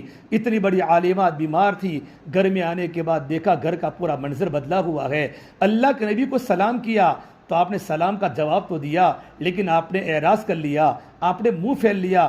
عائشہ فرماتی ہے جب میں حضور کو دیکھتی تو آپ اپنا چہرہ اپنا دوسری طرف پھیل لیتے. عائشہ فرماتی جب میں نیچا دیکھتی تو آپ صلی اللہ تبارک و تعالی علیہ میری طرف دیکھتے تھے. میرا گھر کا پورا منظر بدل گیا، میرے نبی کا دیکھنا بدل گیا. میں سمجھ گئی میرے نبی پر اس کا بہت بڑا بوجھ ہے، آپ غمگین ہیں. میری بہنوں، جب بیٹی پر ایسے حالات آتے ہیں، اس وقت بیٹی کو اپنا ماں کا گھر ستاتا ہے کہ یا رسول اللہ اگر آپ کی اجازت ہو تو میں اپنے میکے میں چلی جاؤں، اپنی ماں کے گھر چلی جاؤں. آپ نے اشارے سے ہاں کہا، اپنے میکے میں چلی جاؤ. جب کسی بچی پر حالات آتے ہیں، شوہر کی طرف ظلم ہوتا ہے، ساس کی طرف ظلم ہوتا ہے، اور خسر کی طرف سے اور دیور کی طرف سے جب بچی کو پریشان کیا جاتا ہے، گھر کی بہو کو ماں باپ یاد آتے ہیں اور بچی روتی ہے. جب آٹا گوندتی ہیں تو آٹا گوندتے گوندتے اس کے گرم گرم آنسو پانی میں مل جاتے ہیں. جب اللہ کے نبی کی بیوی عائشہ جب اپنے میکے میں گئی ہیں اور گھر کا دروازہ کھولا ہے تو گھر کا تو عجیب ماحول تھا. صدیق اکبر رضی اللہ تعالیٰ عنہ بیٹھے بیٹھے قرآن پڑھ رہے ہیں اور ٹپ ٹپ آنکھوں سے آنسو گر رہے ہیں. رومان حضرت عائشہ کی والدہ گھر میں رو رہی ہے. حضرت عائشہ فرماتی ہے میری ماں پر اثر ہے، میرے ابا پر اثر ہے، کیوں نہ ہو، پاک دامن بیٹی ہے، اللہ کے نبی کی بیوی ہے. عائشہ فرماتی میں نے سوچا کہ شوہر نے بھی اعراض کر لیا ہے، ماں باپ کے دل پر بھی غم ہے، میں اپنا دکھڑا کس کو سناؤں. میں گھر کے کونے میں جانے لگی تو میری ماں نے پوچھا بیٹا کہاں جا رہی ہو. ماں سمجھا کہ میری بیٹی ٹینشن کے اندر کہیں کوئی غلط قدم نہ اٹھا لے کہ میں اپنے اللہ کے پاس جا رہی ہوں. میں نے گھر میں مصلی بچھایا اور مصلی بچھانے کے بعد میں نے رونا شروع کیا. اے پروردگار عالم، حضرت مریم پر جب تہمت لگی ہے میرے مولا، تو نے ان کے بیٹے عیسیٰ کو زبان دی بچپن میں، اور اللہ تعالیٰ تو نے ان کی براءت کو ظاہر کیا ہے. یوسف علیہ السلام پر تہمت لگی ہے، گہوارے میں سونے والے بچے سے ان کی براءت کے بارے میں اور ان کی پاک دامنی کے بارے میں گواہی دی ہے. اے فریادوں کو سننے والے پروردگار، آج میرا کوئی نہیں ہے میرے مولا. اے دکھڑوں کو سننے والے، اے فریادوں کو سننے والے، اے اللہ میں کمزور بندی ہوں تیری، اے میرے مولا تو میری مدد فرما دے. یوں کر کے رونا شروع کیا. تڑپ رہی ہے۔ میرے آقا صلی اللہ تبارک و تعالی علیہ وسلم مسجد نبی میں کچھ صحابہ کو جمع کر کے آپ پوچھ رہے ہیں، آپ کے دماغ پر اثر ہے۔ آپ نے کہا ابو بکر تو گھر میں قرآن پڑھ رہے تھے، کہا عمر بتاؤ تم کو اس کے بارے میں تمہاری کیا رائے ہے؟ حضرت عمر نے فرمایا یا رسول اللہ صلی اللہ علیہ وسلم، آپ کے بدن پر ناپاک مکھی نہیں بیٹھ سکتی، ناپاک مکھی بیٹھ نہیں سکتی۔ یہ اللہ کے نبی آپ کی رفیق حیات کے اندر گندگی کیسے ہو سکتی ہے؟ عثمان بتاؤ تمہاری کیا رائے ہے؟ حضرت عثمان نے کہا یا رسول اللہ صلی اللہ علیہ وسلم، آپ کا سایہ زمین پر نہیں پڑتا کہ کسی انسان کا غلط قدم آپ کے سائے پر نہ پڑے۔ اے میرے آقا صلی اللہ علیہ وسلم، آپ کی رفیق حیات ایسی کیسے ہو سکتی ہے؟ علی تم بتاؤ تمہاری کیا رائے ہے؟ حضرت علی نے فرمایا یا رسول اللہ صلی اللہ علیہ وسلم، ایک مرتبہ آپ کے جوتے مبارک میں، نالے مبارک میں گندگی لگی ہوئی تھی، نجاست کا اثر تھا۔ جبرائیل آئے اور جبرائیل نے یوں کہا، اللہ فرماتے ہیں آپ کے جوتے میں نجاست لگی ہوئی ہے۔ یہ اللہ کے نبی جوتوں پر نجاست تھی، اللہ نے آپ کو باخبر کر دیا۔ آپ کے رفیق حیات نجس کیسے ہو سکتی ہے؟ آپ کو تھوڑی تسلی ہوئی، لیکن دیکھا بھی اللہ کے نبی غمگین ہیں۔ فجعل نے فرمایا یا رسول اللہ، آپ ٹینشن کیوں لیتے ہو؟ آپ کے پاس عورتوں کی کون سی کمی ہے؟ آپ اس کو طلاق دے دو، عائشہ کو دوسری بیوی سے نکاح کر لو۔ اتنا بولنا تھا، حضرت عمر فاروق تلوار لے کر کھڑے ہو گئے۔ یا رسول اللہ آپ بتائیے، یہ نکاح آپ نے خود کیا تھا یا اللہ نے کروایا تھا؟ تو آپ نے آسمان کے اشارہ کر کے فرمایا میرے اللہ کا حکم تھا۔ تو حضرت عمر نے فرمایا حضور اب میری تلوار منافقی کے درمیان کھلی رہے گی، میں ان کے سر کو اڑا دوں گا۔ آپ پھوٹ پھوٹ کر رونے لگے اور آپ اپنے زبان حال سے کہہ رہے تھے عمر تم نے میرے غم کو ہلکا کر دیا، تم نے میرے غم کو ہلکا کر دیا۔ پھر میرے آقا صلی اللہ تبارک و تعالی علیہ وسلم اپنے سوسر کے گھر پر پہنچے ہیں، صدیق اکبر کے گھر پر پہنچے ہیں۔ گھر میں دیکھا صدیق اکبر بھی رو رہے ہیں، ام رومان رو رہی ہیں۔ ان دونوں کو دیکھا، پھر آپ نے کہا میری حمیرہ کہاں ہے؟ آپ نے عائشہ کا نام حمیرہ اپنام دیا تھا محبت میں، میری حمیرہ کہا گیا میری حمیرہ؟ تو اشارہ کیا کہ مصلی پر بیٹھی بیٹھی رو رہی ہے۔ ام رومان نے کہا اے عائشہ حضور آئے ہیں۔ عائشہ فرماتی ہے میرے دل میں آیا میں حضور کے قدموں میں لپٹ جاؤں اور اپنی برات کی باتیں کروں کہ میں ایسی لگی ہوں، لیکن میرے دل میں خیال آیا نہیں اب تو سب کو چھوڑ دے، اللہ کے سامنے دکھڑے کو بیان کر۔ پھر میں اللہ کو دکھڑا بیان کرتی رہی، پھر حضور کے سامنے آ کر بیٹھ گئی تو آپ نے عجیب بات فرمائی میری عائشہ، اے میری عائشہ اللہ بڑا مغفرت کرنے والا رب ہے۔ عائشہ اگر تجھ سے غلطی ہو چکی ہو تو توبہ کر لے، پورے مدینے میں خبر یہ ہو رہی ہے اور میرے نبی کا برتاؤ عائشہ کے ساتھ کتنی محبت والا ہے، شفقت والا ہے۔ اے میری بیگم عائشہ اگر تم سے غلطی ہو چکی ہو اللہ بڑی توبہ کو قبول کرنے والا ہے، اللہ بڑا معاف کرنے والا ہے۔ عائشہ فرماتی ہے میں نے کہا یا رسول اللہ اگر میں اپنی برات کی بات کروں گا آپ میری باتوں کو نہیں مانوں گے، آج میں وہی کہوں گی جو بات یعقوب علیہ السلام نے اللہ تعالیٰ کے سامنے کہی تھی، فصبر جمیل، میں تو اللہ کو اپنا دکھڑا سناؤں گی، انما اشکو بثی وحزنی الی اللہ۔ اتنا کہنا تھا میرے نبی رو پڑے۔ اللہ کے نبی سردی کا موسم تھا، آپ کی پیشانی پر پسینے آ گئے، آپ پر قرآن کی وحی اترنے لگی، آپ نے اوپر پردہ ڈال دیا۔ جب یہ قرآن کریم کی وحی اترنے لگی ابو بکر بھی رونے لگے، ام رومان بھی رونے لگی، کہیں میری عائشہ کے خلاف کوئی فیصلہ آسمان سے نہ اتر جاوے۔ جیسے کہ وحی پوری ہوئی آپ صلی اللہ تبارک و تعالی علیہ وسلم چادر کو ہٹائی، آپ کا چہرہ انور ایسے ظاہر ہوا جیسے بادل میں سے سورج نمودار ہوتا ہے، آپ کا چہرہ چمکنے لگا۔ عائشہ خوشخبری ہو اللہ نے تمہاری برات کو نازل کر دیا ہے۔ اور میری بہنوں 17 آیات قرآن کریم کے نازل ہوئی ہے اور قرآن نے فیصلہ کر دیا الخبیثات للخبیثین والخبیثون للخبیثات والطیبات للطیبین والطیبون للطیبات اولئک مبرؤون مما یقولون لہم مغفرۃ ورزق کریم۔ گندی لڑکیاں گندے لڑکوں کو ملے گی اور گندے لڑکے گندی لڑکیوں کو ملے گی، اور پاک دامن بچیاں پاک دامن لڑکوں کو ملے گی اور پاک دامن لڑکے پاک دامن لڑکیوں کو ملیں گے۔ یہ جتنی باتیں ہو رہی ہیں میری عائشہ اس سے بری ہیں۔ سبحانک ھذا بہتان عظیم، یہ بڑا بہتان ہے۔ حضرت عائشہ فرماتی ہے اتنی خوش ہو گئی، گھر والے اتنے خوش ہو گئے۔ عائشہ فرماتی تھی مجھے اتنا یقین نہیں تھا کہ میرے بارے میں قرآن کی آیت نازل ہوگی، میرے دل میں تھا کہ اللہ تبارک و تعالیٰ میرے محبوب کو خواب میں بتا لیں گے، لیکن قرآن میں اللہ نے میری عزت کی حفاظت فرما کر 17 آیات قرآن کریم کی میرے بارے میں نازل ہوئی ہے۔ میری بہنوں اتنی چھوٹی غلطی کہ اللہ کے نبی صلی اللہ تبارک و تعالیٰ علیہ وسلم کو دوسری مرتبہ ہار کے گم ہونے پر ہار کو تلاش کرنے گئی، میرے نبی کو پوچھا نہیں، میں ابھی آ جاتی ہوں۔ اتنی چھوٹی غلطی پر ماں عائشہ پر اتنے حالات آئے گئے۔ اللہ چاہتا پہلے دن قرآن کریم کے وحی کو اتارتا، پورا مہینہ پورے مدینے میں باتیں چلی گئے، میرے نبی پر بھی غم، عائشہ پر غم، ان کے ماں باپ پر غم۔ ملا علی قاری رحمۃ اللہ علیہ اس واقعے کے بعد بیان فرماتے ہیں، مفسرین فرماتے ہیں کہ عورت کو اپنی پاک دامنی کی کتنی ضرورت ہے کہ اپنے گھر کو چھوڑنا ہو تو ماں باپ کے پوچھے بغیر گھر کو نہ چھوڑے اور اپنے شوہر کی اجازت کے بعد گھر سے کبھی نہ نکلے۔ اس لیے میرے آقا صلی اللہ تبارک و تعالیٰ علیہ وسلم نے ایک مرتبہ صحابیات کو فرمایا، بتاؤ عورت کی سب سے بڑی خوبی کیا ہے؟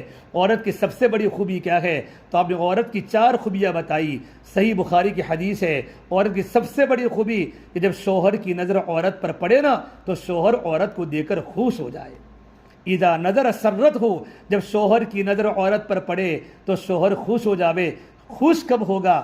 اسے میرے نبی کے بارے میں شمائل ترمذی میں لکھا ہے کہ آپ صلی اللہ تبارک و تعالیٰ علیہ وسلم جب گھر میں داخل ہوتے تھے، آپ سلام کر کے داخل ہوتے تھے، مسکرا کر داخل ہوتے تھے، آپ مسواں کر کے داخل ہوتے تھے۔ لیکن ماں عائشہ فرماتی ہیں جب میرے نبی گھر میں داخل ہوتے تھے، ماں عائشہ گھر کے اندر کے دروازے پر اللہ کے نبی کا استقبال کرتی تھی، سلام کا جواب دیتی تھی، مسکراتے چہرے کے ساتھ اپنے شوہر کا استقبال کرتی تھی۔ میری بچیوں، ابو جب گھر پر آوے، ابو کا استقبال کرو۔ اور نکاح ہونے کے بعد جب شوہر گھر پر آوے، ہماری مستونات جب شوہر کے گھر سے جانے کا وقت ہوتا ہے، جاب پر یا کاروبار پر جب آنے کا وقت ہوتا ہے، عورتیں کبھی آٹا گونتی ہے، کبھی کچن میں ہوتی ہے، کبھی بچوں کے ساتھ ہوتی ہے۔ ارے میری بہنوں، اپنے گھر کے سارے کام کاج کو چھوڑ کر شوہر کو جب گھر سے نکلنا ہو، شوہر کو رخصت کرو۔ صحابیات اور ہمارے بزرگوں کے بارے میں لکھا ہے، ان کی مستونات جب شوہر گھر سے نکلتا تھا تو عورتیں دروازے پر کہتی تھی فی امان اللہ، اللہ آپ کو اپنے امان میں رکھے، اور ایک بات فرماتی اتق اللہ فینا، ہمارے بارے میں اللہ سے ضرور ڈرنا۔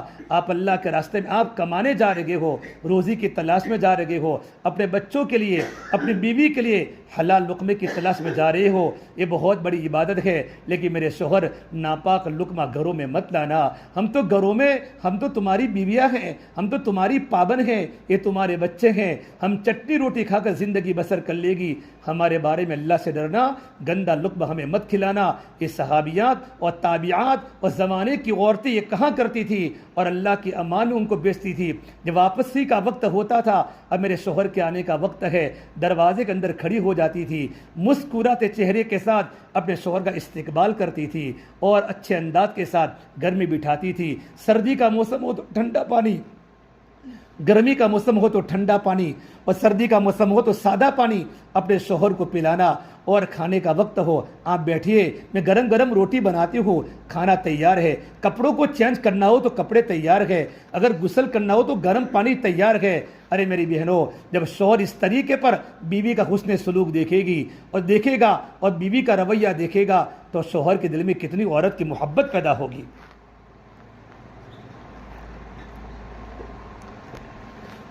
اس سے میری بہنوں، پہلی خوبی یہ ہے کہ شوہر کی نظر عورت پر پڑے تو شوہر خوش ہو جاوے۔ ایک بات حضرت عبد بن عباس نے لکھی ہے کہ مرد کا دل خوش کب ہوگا؟ اس وقت خوش ہوگا جب عورت بن سور کے شوہر کے سامنے آوے۔ ہم نے غیروں کے سامنے بن سورنا نہیں ہے، نہیں سورنا۔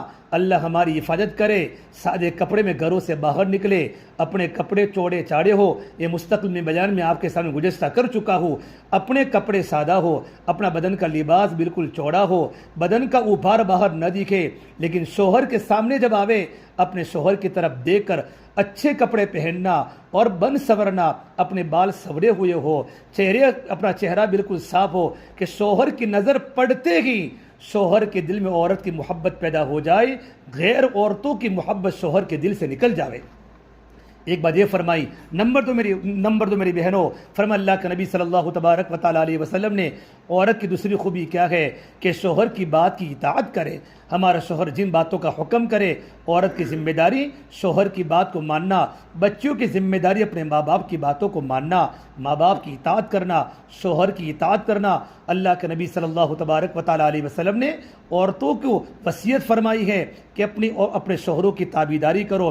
میرے نبی نے فرمایا سدا کرنے کی اللہ کے سوا کسی کو اجازت نہیں ہے۔ اگر میں سدا کرنے کی اجازت دیتا تو میں عورتوں کو حکم کرتا کہ اپنے شوہروں کے سامنے سدا کرے، کتنی بڑی بات بتائی، شوہر کی باتوں کو ماننا۔ نمبر 3 بات فرمائی کہ شوہر کی غیر موجودگی میں اپنی عزت کی حفاظت کرنا، اپنی عزت کی حفاظت کرنا۔ آج بہنیں غیر محرم ہمارے گھروں میں آ رہے ہیں، چچا کے لڑکے سے بھی پردہ ہے، دیور سے بھی پردہ ہے، جیٹھ سے بھی پردہ ہے، خالہ کے لڑکے سے بھی پردہ ہے، پھوپھی کے لڑکے سے بھی پردہ ہے۔ ایک صحابی نے پوچھا، یا رسول اللہ صلی اللہ علیہ وسلم، دیور سے بھی پردہ؟ ہم تو جوائنٹ فیملی میں رہتے ہیں۔ تو میرے نبی نے فرمایا، دیور تو موت ہے، الحم الموت، مشکات ثانی کی حدیث ہے، دیور تو موت ہے۔ جتنا دیور گناہوں میں پھنس سکتا ہے اتنا غیر محرم گناہوں میں پھنس نہیں سکتا کہ دیور 24 گھنٹے اپنی بھابھی کے ساتھ گھر میں ہی رہتا ہے۔ اس سے میری بہنوں، شوہر کی غیر موجودگی میں اپنی عزت کی حفاظت کرنا۔ اور چوتھی بات فرمائی کہ شوہر کی غیر موجودگی میں شوہر کے مال کی حفاظت کرنا، شوہر کے پوچھے بغیر مال میں خیانت نہ کرے، اپنے پیئر میں، رشتہ داروں میں شوہر کے مال کو دینا، آٹا دے دینا، چاول دے دینا، بالکل دے، شوہر کو پوچھ کر دے، اپنے ماں باپ کو دینا ہے۔ یہ شوہر کے پسینے کی کمائی ہے، یہ شوہر کے کمایا ہوا پیسہ ہے۔ اگر اپنی بہن کو دینا ہو اور اپنے ماں باپ کو دینا ہو، رشتہ داروں میں دینا ہو، شوہر کو پوچھ کر دے، شوہر کے سامنے دینے کے فضائل سناوے، رشتہ داروں پر خرچ کرنے کے فضائل سناوے۔ لیکن جب شوہر اپنے رشتہ داروں پر خرچ کرے، اس وقت بھی اپنا منہ کالا نہ کرے، اپنے منہ کو خراب نہ کرے، اپنے موڈ کو خراب نہ کرے۔ اپنی بہن کو دے رہا ہے، اپنی پھوپھی کو دے رہا ہے، اپنی چاچی کو دے رہا ہے، اپنی دادی کو دے رہا ہے، ماں باپ پر خرچ کر رہا ہے۔ خوش ہو جاوے، تمہارے ماں باپ میرے ماں باپ ہے اور میرے ماں باپ تمہارے ماں باپ ہے۔ اس سے میری بہنوں، زندگی کو صحیح گزارنا ہے۔ اللہ کے نبی صلی اللہ تبارک و تعالیٰ علیہ وسلم نے عورتوں کو زندگی گزارنے کی ترتیب بنائی۔ ہمارے نمونہ دنیا کی مرد عورتیں نہیں ہیں، نمونہ اللہ کے نبی کے ازواج مطہرات ہے، حضرت عائشہ صدیقہ ہے، حضرت خدیجہ الکبریٰ ہے، اللہ کے نبی کی بیٹیاں ہیں۔ ہم اللہ کے نبی کی بیٹیوں کی زندگی کو پڑھیں۔ ایک مرتبہ آپ صلی اللہ تبارک و تعالیٰ علیہ وسلم نماز پڑھ رہے تھے، آپ کی چھوٹی سی بیٹی فاطمہ حضور کے پاس آئی، یا رسول اللہ صلی اللہ علیہ وسلم، میرے گھر میں بہت تنگی ہے، آپ اللہ سے دعا کیجئے، اللہ میرے گھر کی تنگی کو دور کرے۔ تو میرے نبی نے کہا، میری بیٹی فاطمہ، میں ابھی اللہ سے دعا کروں گا، پروردگار عالم تیرے گھر کی تنگی کو دور کرے گا، لیکن میری بیٹی سن، جب گھر میں تنگی دور ہو جائے گی، جب گھر میں اللہ تعالیٰ وسعت دے دے گا، تو تیرے دل میں آخرت کا فکر کم ہو جائے گا، میری بیٹی تیرے دل میں دنیا کی محبت پیدا ہو جائے گی۔ حضرت فاطمہ رونے لگی کہ اللہ کے نبی، میں آئندہ کبھی دنیا کا سوال نہیں کروں گا۔ مصلی پر تڑپنے لگی، اللہ کے نبی کے پاس بیٹھ کر رونے لگی، چھوٹی سی بچی تھی۔ میری بہنوں، میرے آقا صلی اللہ تبارک و تعالیٰ علیہ وسلم نے اپنی بیٹی فاطمہ کی کیا تربیت کی ہے۔ ایک مرتبہ آپ صلی اللہ تبارک و تعالیٰ علیہ وسلم، نسائی شریف کی روایت ہے، سوید بن غفلہ راوی فرماتے ہیں، ایک مرتبہ حضرت علی نے کہا، فاطمہ، گھر میں بہت تنگی ہے، گھر میں بہت تنگی ہے، آپ اللہ کے نبی کے پاس جاؤ اور آپ صلی اللہ تبارک و تعالیٰ علیہ وسلم کچھ دیوے تو لے کر آؤ، ہمارے بیٹے بھی بھوکے ہیں۔ حضرت فاطمہ جب حضور کے پاس پہنچی ہیں، آپ صلی اللہ تبارک و تعالیٰ علیہ وسلم کے پاس ایمن بیٹھی ہوئی تھی۔ ایمن، میرے نبی نے فرمایا، اگر جنت کی عورتوں کی سردار دیکھنا ہو تو ایمن کو دیکھ لے۔ اتنی نیک عورت، ایک مرتبہ ایک مکہ المکرمہ سے ہجرت کر کے جب ایمن مدینہ منورہ گئی ہے، راستے میں مدینہ منورہ کے راستے میں مقام منصرف پر پہنچی، روزے کی حالت میں تھی، پانی کا نام و نشان نہیں تھا۔ اللہ سے دعا فرمائی، اے میرے مولا، تیرے دین کی نسبت پر میں مکہ چھوڑ کے مدینہ منورہ جا رہی ہوں، پروردگار عالم روزے کی حالت میں ہو، میرے پاس پانی نہیں ہے، لیست معہا ماء، ان کے ساتھ پانی نہیں تھا، اللہ تو مجھے پانی پلا دے۔ صحیح روایت میں ہے، اللہ نے آسمان سے ڈول اتارا، ڈول میں بالکل صاف شفاف پانی تھا۔ حضرت ایمن نے پانی کو پیا، اپنے برتنوں کو بھر لیا۔ ایمن فرماتی ہے کہ جنت کے پانی کے پینے کے بعد میں گرمی کے موسم کے روزے رکھا کرتی تھی، مجھے کبھی پیاس نہیں لگی۔ ایمن اللہ کے نبی کے پاس بیٹھی ہوئی تھی۔ آپ نے فرمایا، ایمن، یہ تو فاطمہ کے کھٹکھٹانے کی آواز ہے، اور میری بیٹی فاطمہ ایسے وقت میں کبھی نہیں آتی۔ جسے دروازہ کھولا، حضرت فاطمہ کا چہرہ اترا ہوا تھا، میرے نبی کی لاڈلی بیٹی ہے، جنت کی عورتوں کی سردار ہے۔ آپ نے کہا، بیٹا تیرا چہرہ کیوں اترا ہوا ہے؟ کہ اللہ کے نبی صلی اللہ علیہ وسلم، میرے پیارے ابا، گھر میں کھانے کا فاقہ ہے۔ حسن حسین بھی بھوکے ہیں، علی بھوکے ہیں، کچھ مدد کے لیے آئی ہو اللہ کے نبی، کچھ ہیلپ کے لیے آئی ہو، اور ایک بات یہ فرمائی، یہ اللہ کے نبی فرشتوں کا کھانا سبحان اللہ ہے، فرشتوں کا کھانا تو الحمدللہ ہے، فرشتوں کا کھانا لا الہ الا اللہ ہے، ہمارا کھانا کیا ہے؟ اللہ کے نبی اپنی بیٹی کی منشا کو سمجھ گئے تو میرے نبی نے فرمایا میری بیٹی فاطمہ 30 دن ہو چکے ہیں، میری بیٹی میرے گھر میں چولہا نہیں جلا، میری 9 کی 9 بیویاں بھوکی ہیں، میری بیٹی فاطمہ اگر تم کہو تو میرے پاس بکریاں آئی ہوئی ہے، میں آپ کو 5 بکریاں دے دوں، میں آپ کو 5 کلمات سکھا دوں، ان کلمات کو پڑھ کر تم اللہ سے دعا کرو گی، اللہ تمہارا انتظام کرے گا۔ حضرت فاطمہ سمجھ گئی کہ میرے ابا صلی اللہ تبارک و تعالیٰ علیہ وسلم مجھے صبر سکھا رہے ہیں، اللہ سے لینے کا طریقہ سکھا رہے ہیں۔ فاطمہ نے کہا یا رسول اللہ مجھے 5 بکریاں نہیں چاہیے، مجھے 5 کلمات دے دو۔ آپ نے کہا میری بیٹی فاطمہ پڑھا کرو یا اول الاولین یا آخر الآخرین یا راحم المساکین یا ذی القوۃ المتین یا ارحم الراحمین، یہ 5 کلمات پڑھ کر اللہ سے دعا کرو، پروردگار عالم کا قرب ملے گا، اللہ تمہارے مسائل کو حل کرے گا۔ حضرت فاطمہ پیٹ چمٹا ہوا ہے، چہرہ اترا ہوا ہے، چہرے پر بھوک کے آثار ہے، گھر پر پہنچی ہے، علی خوش تھے، حسن حسین خوش تھے، امی کچھ لے کر آئے گی، بیوی کچھ لے کر آئے گی۔ جب گھر پر پہنچی حضرت علی نے فرمایا فاطمہ کیا لے کر آئی ہو؟ تمہارے پاس کچھ نہیں ہے۔ حضرت فاطمہ نے فرمایا اے میرے پیارے شوہر علی، دنیا لینے گئی تھی آخرت کو لے کر آئی ہوں، دنیا لینے گئی تھی آخرت کو لے کر آئی ہو، داماد کیسا ہو؟ حضرت علی نے فرمایا میری بیوی فاطمہ آج کا دن تیری زندگی کا سب سے قیمتی دن ہے، سب سے قیمتی دن ہے۔ ایک مرتبہ صحیح شمائل ترمذی روایت لکھی ہے، حضرت علی رضی اللہ تعالیٰ عنہ حضرت فاطمہ کو فرمایا فاطمہ تم گھر میں اکیلی کام کرتے ہو، چاروں طرف تم کو جانا پڑتا ہے، مشق بھر کے پانی لانا پڑتا ہے، تمہارے کمر پر نشانات پڑ گئے ہیں، اور کنویں سے پانی نکالتے نکالتے مجھے پیٹ میں مجھے سینے میں درد ہو رہا ہے۔ فاطمہ اللہ کے نبی کے پاس غلام آئے ہوئے ہیں، باندی آئی ہوئی ہے، تم جا کر غلام کا سوال کرو، باندی کا سوال کرو، تھوڑا ہمارے کام میں ہیلپ ہو جائے گی، ہمارے کام میں تعاون ہو جائے گا۔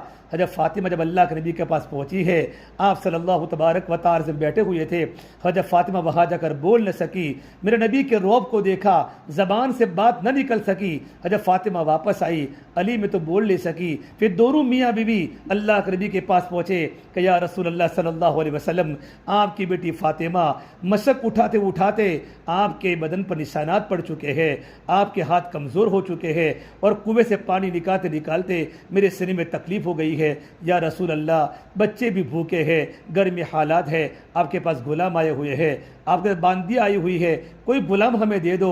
میرے آقا صلی اللہ تبارک و تعالیٰ علیہ وسلم اتنی لاڈلی بیٹی، آپ فرماتے تھے فاطمہ تو بضعۃ منی، کہ فاطمہ تو میرے جگر کا ٹکڑا ہے، جس نے میری بیٹی فاطمہ سے محبت کی اس نے مجھ سے محبت کی، جس نے مجھ سے محبت کی وہ میرے ساتھ جنت میں داخل ہوگا۔ اتنی پیاری بیٹی فاطمہ، اب سفر میں جاتے سب سے آخر میں اپنی بیٹی فاطمہ کو ملتے تھے، اور جب سفر سے واپس آتے سب سے پہلے اپنی بیٹی فاطمہ کو ملتے تھے۔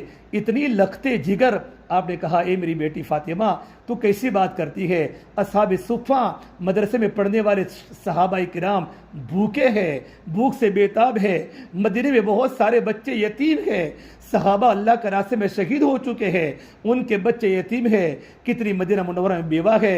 اے میری بیٹی فاطمہ میں ان غلاموں کو بیچوں گا، اور بیچنے کے بعد جو رقم آئے گی میں صحاب صفہ پر خرچ کروں گا، مدینے کے یتیموں پر خرچ کروں گا، غریبوں پر خرچ کروں گا۔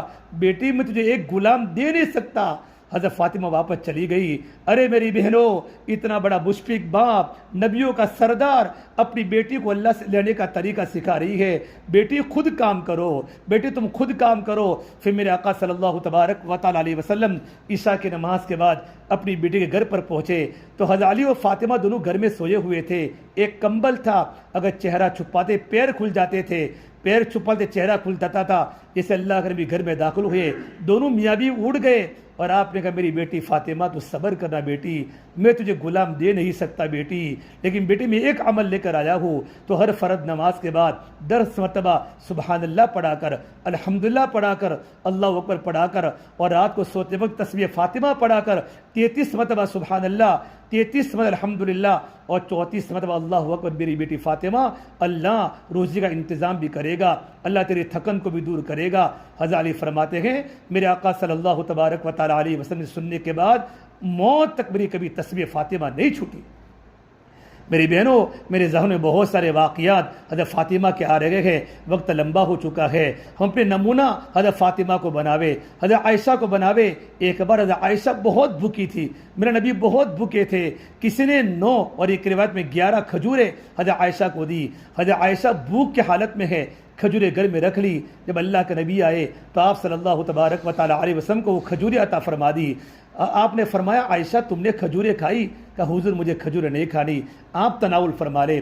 جب میرے آقا صلی اللہ تبارک و تعالیٰ وسلم نے کھجوریں کھا لی، آپ بہت بھوکے تھے، آپ نے دعا فرمائی اے پروردگار عالم میری عائشہ کے صبر میں برکت عطا فرما دے، میرے عائشہ کو صابرہ بنا دے۔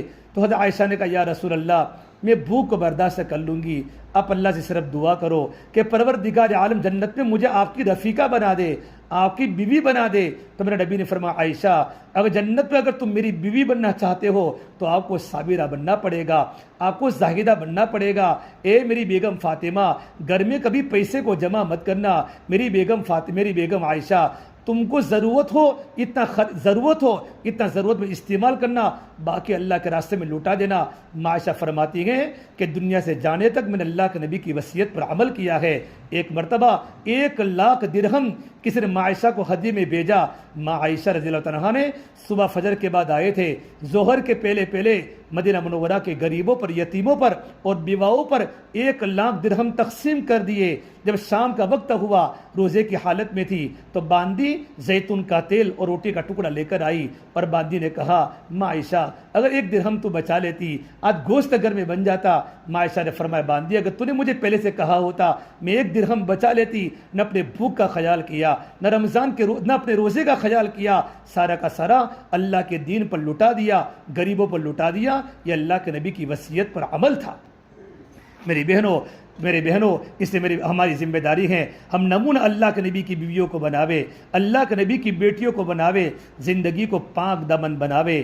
ایک مرتبہ میرے نبی کی بیٹی فاطمہ حضرت علی کے درمیان کچھ آپس میں رنجش ہو گئی، حضرت فاطمہ ریسا کر حضور کے پاس آ گئی، ناراض ہو کر آ گئی۔ آپ نے کہا بیٹی فاطمہ تو یہاں کیوں ہے؟ کہ میرے آقا صلی اللہ علیہ وسلم میرا تھوڑا علی کے ساتھ تھوڑا مسئلہ ہو گیا، میں آپ کی خدمت میں آ گئی ہوں۔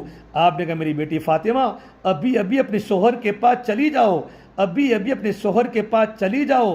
پھر کہ میری بیٹی فاطمہ خدا نخواستہ اگر تمہاری انتقال ہو گیا تو میں تمہاری نماز جنازہ نہیں پڑھاؤں گا اگر تم شوہر کو ناراض کر کے آئی ہو۔ کہا میری بیٹی فاطمہ شادی ہونے کے بعد شوہر کی بات کا ماننا فرض ہے۔ میری بیٹی فاطمہ آپس میں رنجش سے ہوتی ہیں۔ پھر آپ صلی اللہ تبارک و تعالیٰ وسلم اپنی بیٹی کو سمجھانے لگے بیٹا شوہر سے بڑھ کر کوئی نعمت نہیں ہے، ان کی خدمت کرو، تھوڑی تکلیف آئے صبر کرو۔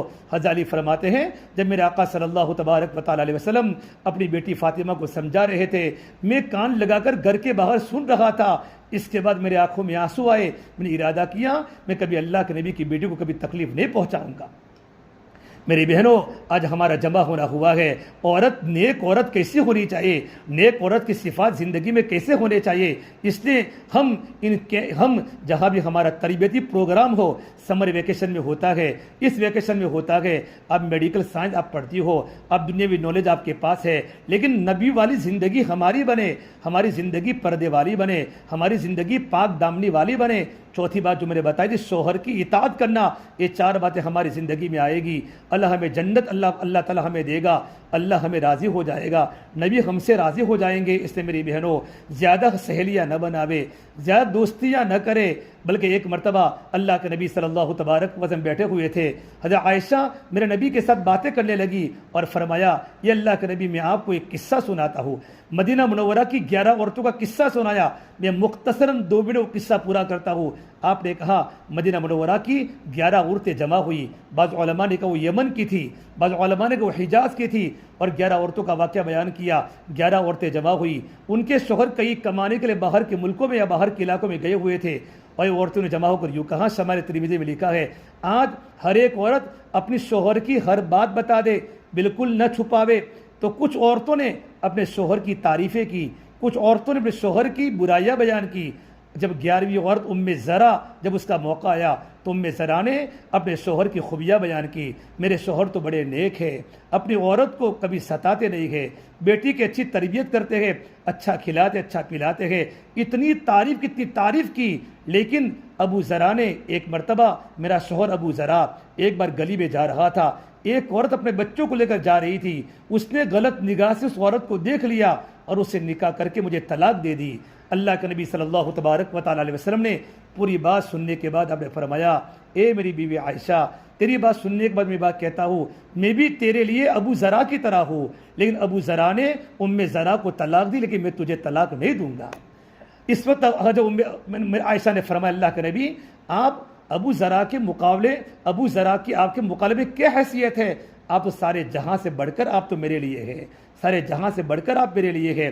غزوہ خیبر کے موقع کے بعد جب مال غنیمت صحابہ کرام کے گھروں میں آیا ہے اور نبی کی عورتیں بھوک سے ترس رہی تھی، بھوک سے تڑپ رہی تھی، گھر میں نان نفقہ برابر نہیں ملتا تھا، عورتیں جمع ہو کر حضور کی خدمت میں آئی، یہ اللہ کے نبی صلی اللہ تبارک و تعالیٰ علیہ وسلم، ہمارے گھر میں خرچہ نہیں پورا ہوتا، ضرورت کا کھانا نہیں ملتا، ہمارے گھر کے خرچے کو تھوڑا سا بڑھا دیجئے. یہ اللہ کے نبی کی بیویاں ہے، ام المومنین ہے. آپ صلی اللہ تبارک و تعالیٰ علیہ وسلم، اور ایک روایت میں لکھا ہے آپ ایک جگہ سے گر گئے تھے، آپ کے پیر میں درد تھا، آپ کو درد بھی تھا، اور عورتوں نے تمنا ظاہر کی خرچے کے بڑھانے کی بات کی تو آپ کو تکلیف ہوئی اور آپ نے کہا میں 1 مہینہ تک عورتوں سے بات نہیں کروں گا. آپ اپنے اوپر کے گھر میں چلے گئے. صدیق اکبر کو پتہ چلا، اپنی بیٹی کو بہت بولا، عائشہ تو نے گھر کے خرچے کا تقاضا کیوں کیا؟ حضرت عمر فاروق، یہ بات پورے مدینے میں پھیل گئی کہ اللہ کے نبی نے اپنی بیویوں کو طلاق دے دی ہے. حضرت عمر فاروق دوڑتے آئے، کہا حفصہ کیا حضور نے طلاق دے دی ہے؟ حضرت حفصہ کو پتہ نہیں تھا، حفصہ رو رہی تھی. حضرت حفصہ کو بہت ڈانٹا، میری بیٹی میں نے بار بار کہا ہے اللہ کے نبی کو کبھی پریشان مت کرنا، بیٹی زندگی صبر سے گزار دینا. پھر جب نبی کی خدمت میں آئے ہیں، حضرت عمر فرماتے ہیں میرے آقا صلی اللہ تبارک و تعالیٰ علیہ وسلم چٹائی پر سوئے ہوئے ہیں اور چٹائی کے نشانات آپ کے جسم پر لگے ہوئے ہیں. میں نبی کی حالت کو دیکھ کر رونا شروع کیا. آپ نے کہا عمر کیوں روتے ہو؟ عمر آخرت کی زندگی دنیا سے بہت بہتر ہے، عمر آخرت کی زندگی دنیا سے بہت بہتر ہے. پھر میں نے کہا اللہ کے نبی کیا آپ نے اپنی عورتوں کو طلاق دے دی ہے؟ آپ نے کہا نہیں میں نے اپنی عورتوں کو طلاق نہیں دی ہے. حضرت عمر فرماتے میں بات کو سن کر اتنا خوش ہوا اور پورے مدینے میں بات میں نے پھیلا دی کہ حضور نے بیویوں کو طلاق نہیں دی. جب مہینہ مکمل ہوا اللہ نے کلام اللہ کی آیت کو اتارا، نبی جی اپنی عورتوں کو بتا دو، یا ایھا النبی قل لازواجک ان کنتن تردن الحیات الدنیا وزینتها فتعالین امتعکن واسرحکن سراحا جمیلا. اے نبی اپنی عورتوں کو بتا دو اگر تمہیں دنیا چاہیے، دنیاوی زیب و زینت چاہیے، دنیا کا ڈیکوریشن چاہیے، آؤ میں تم کو مہر کی رقم دے کر اپنے نکاح سے آزاد کر کے تم کو طلاق دے دوں. یہ اللہ کا حکم تھا. علماء نے لکھا ہے کہ شوہر کی ذمہ داری ہے اپنی بیوی کو نان نفقہ دینا شوہر پر واجب ہے، لیکن نبی کی عورتوں کے لیے مناسب نہیں تھا کہ نبی کی عورتیں خرچے کا تقاضا کریں.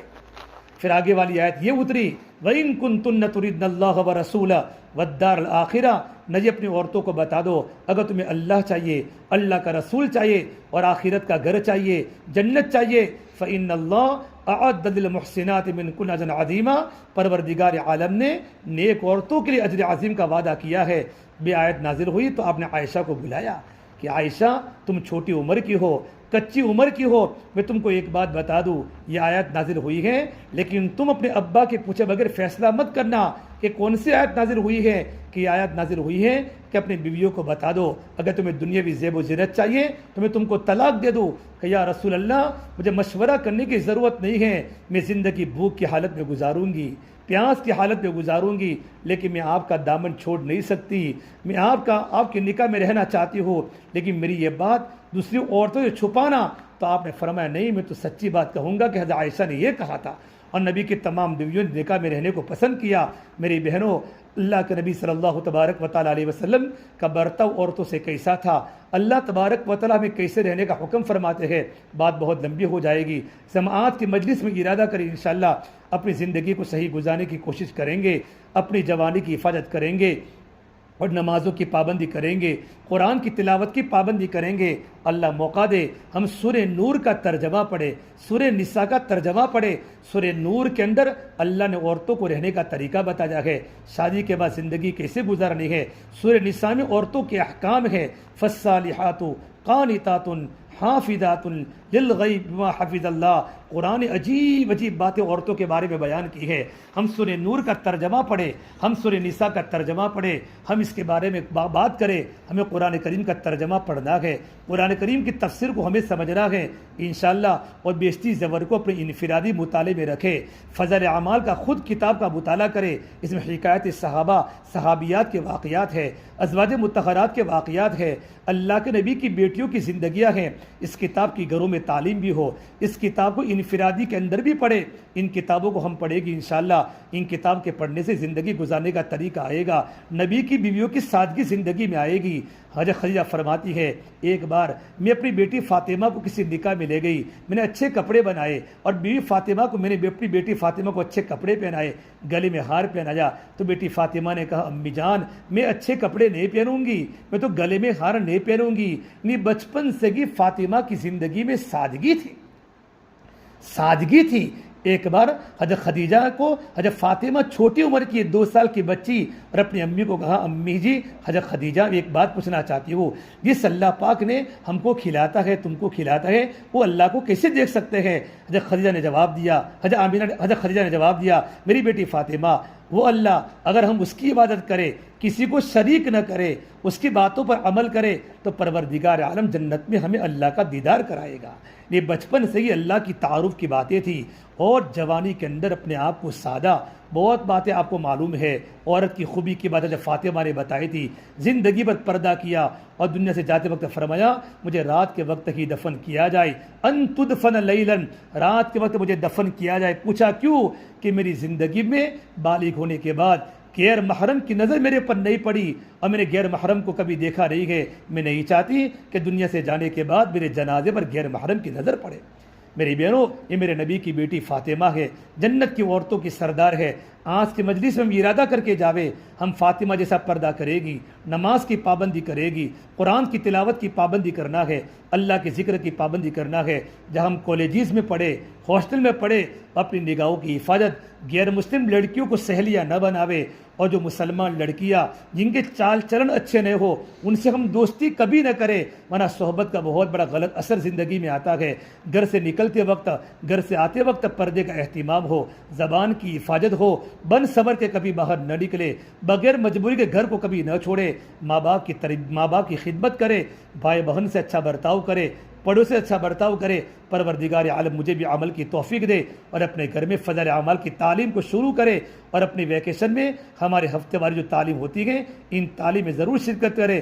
ان تعلیم کے برکت سے انشاءاللہ ہماری تربیت ہوگی، ہمارا مزاج دین والا بنے گا، ہمارا دل دین کی طرف مائل ہوگا، پردے کی طرف مائل ہوگا۔ صحابہ کے واقعات کو سن کر اللہ مجھے بھی عمل کی توفیق دے، اللہ آپ کو بھی عمل کی توفیق دے، اللہ اس مدرسے کو خوب ترقی عطا فرماوے، اللہ ہمارے تربیتی جو کیمپ ہو رہا ہے خوب برکت دے، اور ارادہ کر کے یہاں سے جا رہا ہے انشاءاللہ وہاں واپس جانے کے بعد جب گھر پر جاؤ آپ کی زندگی کو دیکھ کر آپ کی سہیلیاں اصل لینے والی بنے۔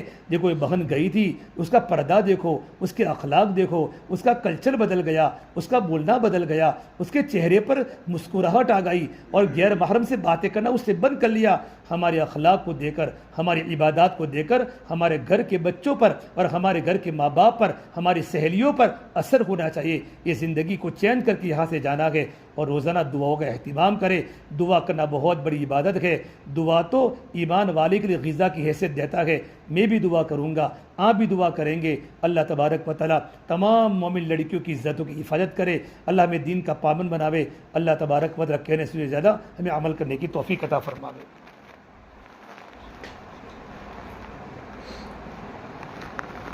اور میری بہنوں خاص بات یہ کہنی ہے کہ بڑی بچی ہے جو 11 12 13 سال کی ہے، اپنے ماں باپ جو اللہ کے راستے میں جاوے 3 دن، تو 3 دن میں آپ جا سکتی ہے۔ 10 دن میں تو ہمارے بڑے نہ فرماتے ہیں، لیکن اپنے ماں باپ کے ساتھ، اپنے ابو ہو اور اپنی امی ہو تو ساتھ میں 3 دن جماعت میں ضرور لگاوے۔ ویکیشن کے زمانے میں لگائیں گے انشاءاللہ، تو اللہ کے راستے میں اگر آپ کے 3 دن لگیں گے تو 3 دن میں جو اعمال ہوتے رہیں گے، ان اعمال کی برکت سے ہماری زندگی پر بہت بڑا اثر ہوگا۔ اللہ ہمیں عمل کی توفیق دے۔ اللہم لک الحمد کلہ ولک الشکر کلہ ولک الخیر کلہ والیہ یرجع الامر کلہ۔ اللہم صل علی سیدنا محمد وعلی آل سیدنا محمد وبارک وسلم۔ ربنا ظلمنا انفسنا وان لم تغفر لنا وترحمنا لنکونن من الخاسرین۔ لا الہ الا انت سبحانک انی کنت من الظالمین۔ میرے مولا ہم گنہگار ہیں، ہم خطا کار ہیں، ہم قصوروار ہیں، ہم مجرم ہیں۔ پروردگار عالم ہمیں معاف فرما دے، پوری امت کو معاف فرما دے۔ میرے مولا ہم بڑے گنہگار ہیں، اے اللہ ہم بڑے گنہگار ہیں۔ ہماری خلوتیں تیرے سامنے ہیں، ہماری جلوتیں تیرے سامنے ہیں، ہمارا باطن بھی تیرے سامنے ہے، ہمارا ظاہر بھی تیرے سامنے ہے، ہمارے پورے بدن کے اعضاء کی حرکت تیرے سامنے ہے۔ میرے مولا آپ بڑے مغفرت کرنے والے رب ہیں، آپ معافی کو پسند فرماتے ہیں۔ یقیناً ہم گنہگار ہیں، ہم اقرار مجرم ہیں۔ میرے مولا ہمارے گناہوں پر پردہ ڈال دے، ہمارے گناہوں کو معاف فرما دے۔ اے مولا تو نے ستارے کا معاملہ آج تک فرمایا ہے، قیامت میں ہمیں ستارے کا معاملہ ہمارے ساتھ فرمانا۔ اے اللہ تیری بندیاں یہاں جمع ہوئی ہے میرے مولا، جوان بچیاں ہے میرے مولا، ان کی عزتوں کی حفاظت فرما، ان کا آنا یہاں قبول فرما، بہترین تربیت فرما، ان کے دلوں کا رخ تیری طرف متوجہ فرما، ان کے دلوں کا مولا کریم ان کو دلوں کا دین دے دے، تیری محبت ان کے دلوں میں بھر دے، تیرا یقین ان کے دلوں میں بھر دے، توکل بھر دے، دنیا سے بے رغبتی فر دے، اعمال کی محبت دے دے، عبادات کی محبت دے دے، قرآن کی حلاوت دے دے، ذکر کی چاشنی دے دے، بے پردگی سے نفرت دے دے، پردے سے محبت دے دے۔ ان کے ماں باپ کی بڑی قربانیاں ہیں، ان بچیوں کی بڑی قربانیاں ہیں، اپنی تربیت کے لیے، تیرا تعلق لینے کے لیے، تیری محبت کو سینے میں اتارنے کے لیے مولا یہاں آئی ہے۔ مولا کریم ان کا آنا قبول فرما، ان کے پیچھے جتنی محنتیں ہو رہی ہے، جتنا خرچہ ہو رہا ہے، جو دے رہے ہیں مولا خوب ان کے مالوں میں برکت دے دے، ان کی عزت میں برکت دے دے، محنت کرنے والوں کو قبول فرما دے، ان کی زندگی میں برکت دے دے، ان کے علم و عمل میں برکت دے دے، اخلاص میں برکت دے دے۔ میرے مولا دنیا میں بڑا طوفان برپا ہو چکا ہے، لڑکیاں بازاروں میں آ چکی ہے، لڑکیاں گھروں سے نکل چکی ہے، بڑے بڑے پارک لڑکیوں سے بھرے ہوئے ہیں، شادیوں میں لڑکیاں پردے سے باہر نکل چکی ہے۔ میرے مولا ایک طرف دنیا کا یہ ماحول ہے اور ایک طرف ہماری بچیاں پردے میں لپٹ کر تیرا دین سیکھنے کے لیے آئی ہے، اپنا تعلق بنانے کے لیے آئی ہے، تیری محبت میں جمع ہوئی ہے۔ ان کے دل کی دنیا بدل دے، دل کے اندھیرے دور فرما دے، دل میں ایمان کا نور بھر دے، عمل کا نور بھر دے، تیری محبت کا نور بھر دے، دنیا سے بے رغبتی دے دے، الہ فکر آخرت پیدا فرما دے، ہماری بچیوں کو ویسا بنا دے، ہمارے گھر والوں کو ویسا نیک بنا دے۔ میرے مولا چاروں طرف فتنے جنم لے رہے ہیں، ہر جگہ آگ ہی آگ ہے، ہر جگہ نئے نئے فتنے جنم لے رہے ہیں، ہماری بچیوں کی، اے بچیوں کی، جتنے بیٹھے ان تمام کے بچیوں کی، تمام مسلمانوں کی بچیوں کی، جوان بچوں کی حفاظت فرما دے۔ اے میرے مولا مسلمان کے گھر میں پیدا ہونے والی لڑکی شمشان گھاٹ میں جل لگی ہے، کتنی گیروں کے ساتھ بھاگ گئی، کتنے گیروں کے ساتھ چل گئی۔ ایک کلمہ کتنا بڑا طاقتور کلمہ تھا، کلمہ ان کے سینوں سے نکل گیا، ان کے چہرے بدل گئے اور ان کے شوہروں نے ان کو قتل کر دیا، ان کی موت میں شمشان گھاٹ میں چلا دیا، مسلمانوں کا قبرستان نصیب نہیں ہوا۔ اے مولا اسی لیے محنت ہو رہی ہے، ہماری جوان بچوں کی عزت کی حفاظت ہو جائے، اس لیے تربیتی پروگرام ہو رہے میرے مولا، اس میں برکت دے دے، برکت دے دے، برکت دے دے میرے مولا، برکت دے دے میرے مولا، زندگی میں برکت دے دے، علم و عمل میں برکت دے دے، صحت میں برکت دے دے، پوری دنیا میں امن و امان کا ماحول قائم فرما دے، عزتوں کی حفاظت فرما دے۔ اے اللہ کسی کے عیوب کو اچھالنے سے ہمیں بچا دے، اے اللہ کسی کے عیوب اچھالنے سے ہمیں بچا دے۔ اے مولا تیرے نبی والے صفات زندگی میں پیدا فرما دے، صحابہ والے اخلاق دے دے، صحابہ والے صفات دے دے، صحابہ والی عبادت دے دے۔ ہماری بیٹیوں کو فاطمہ کو نمونہ بنا کر ہماری بیٹیوں کو زندگی گزارنے والا بنا دے، ازواج مطہرات نمونہ بنے۔ اللہ تیرے نبی کی بیٹی فاطمہ تو نے کیسی بنائی تھی، 24 سال کی عمر میں تیری پیاری ہو گئی، قبر کے حوالے ہو گئی۔ زندگی میں کتنا تقویٰ، زندگی میں کتنے بھوک گزاری، 3 دن گھر میں چولہے نہیں جلے، بچے گھر میں پیاسے تڑپ رہے ہیں، جنت کی عورتوں کی سردار تو نے بنائی۔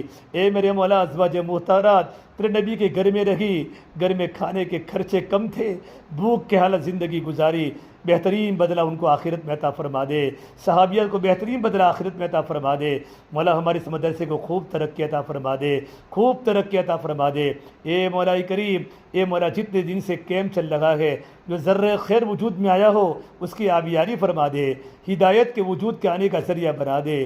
یہ قربانی تیری بارگاہ میں قبول فرما دے، گھر گھر میں ہدایت کا نور عطا فرما دے، ہمارے گھروں کو جنتی گھرانہ بنا دے، حیات طیبہ ہمیں عطا فرما دے، خوشگوار زندگی ہمیں عطا فرما دے۔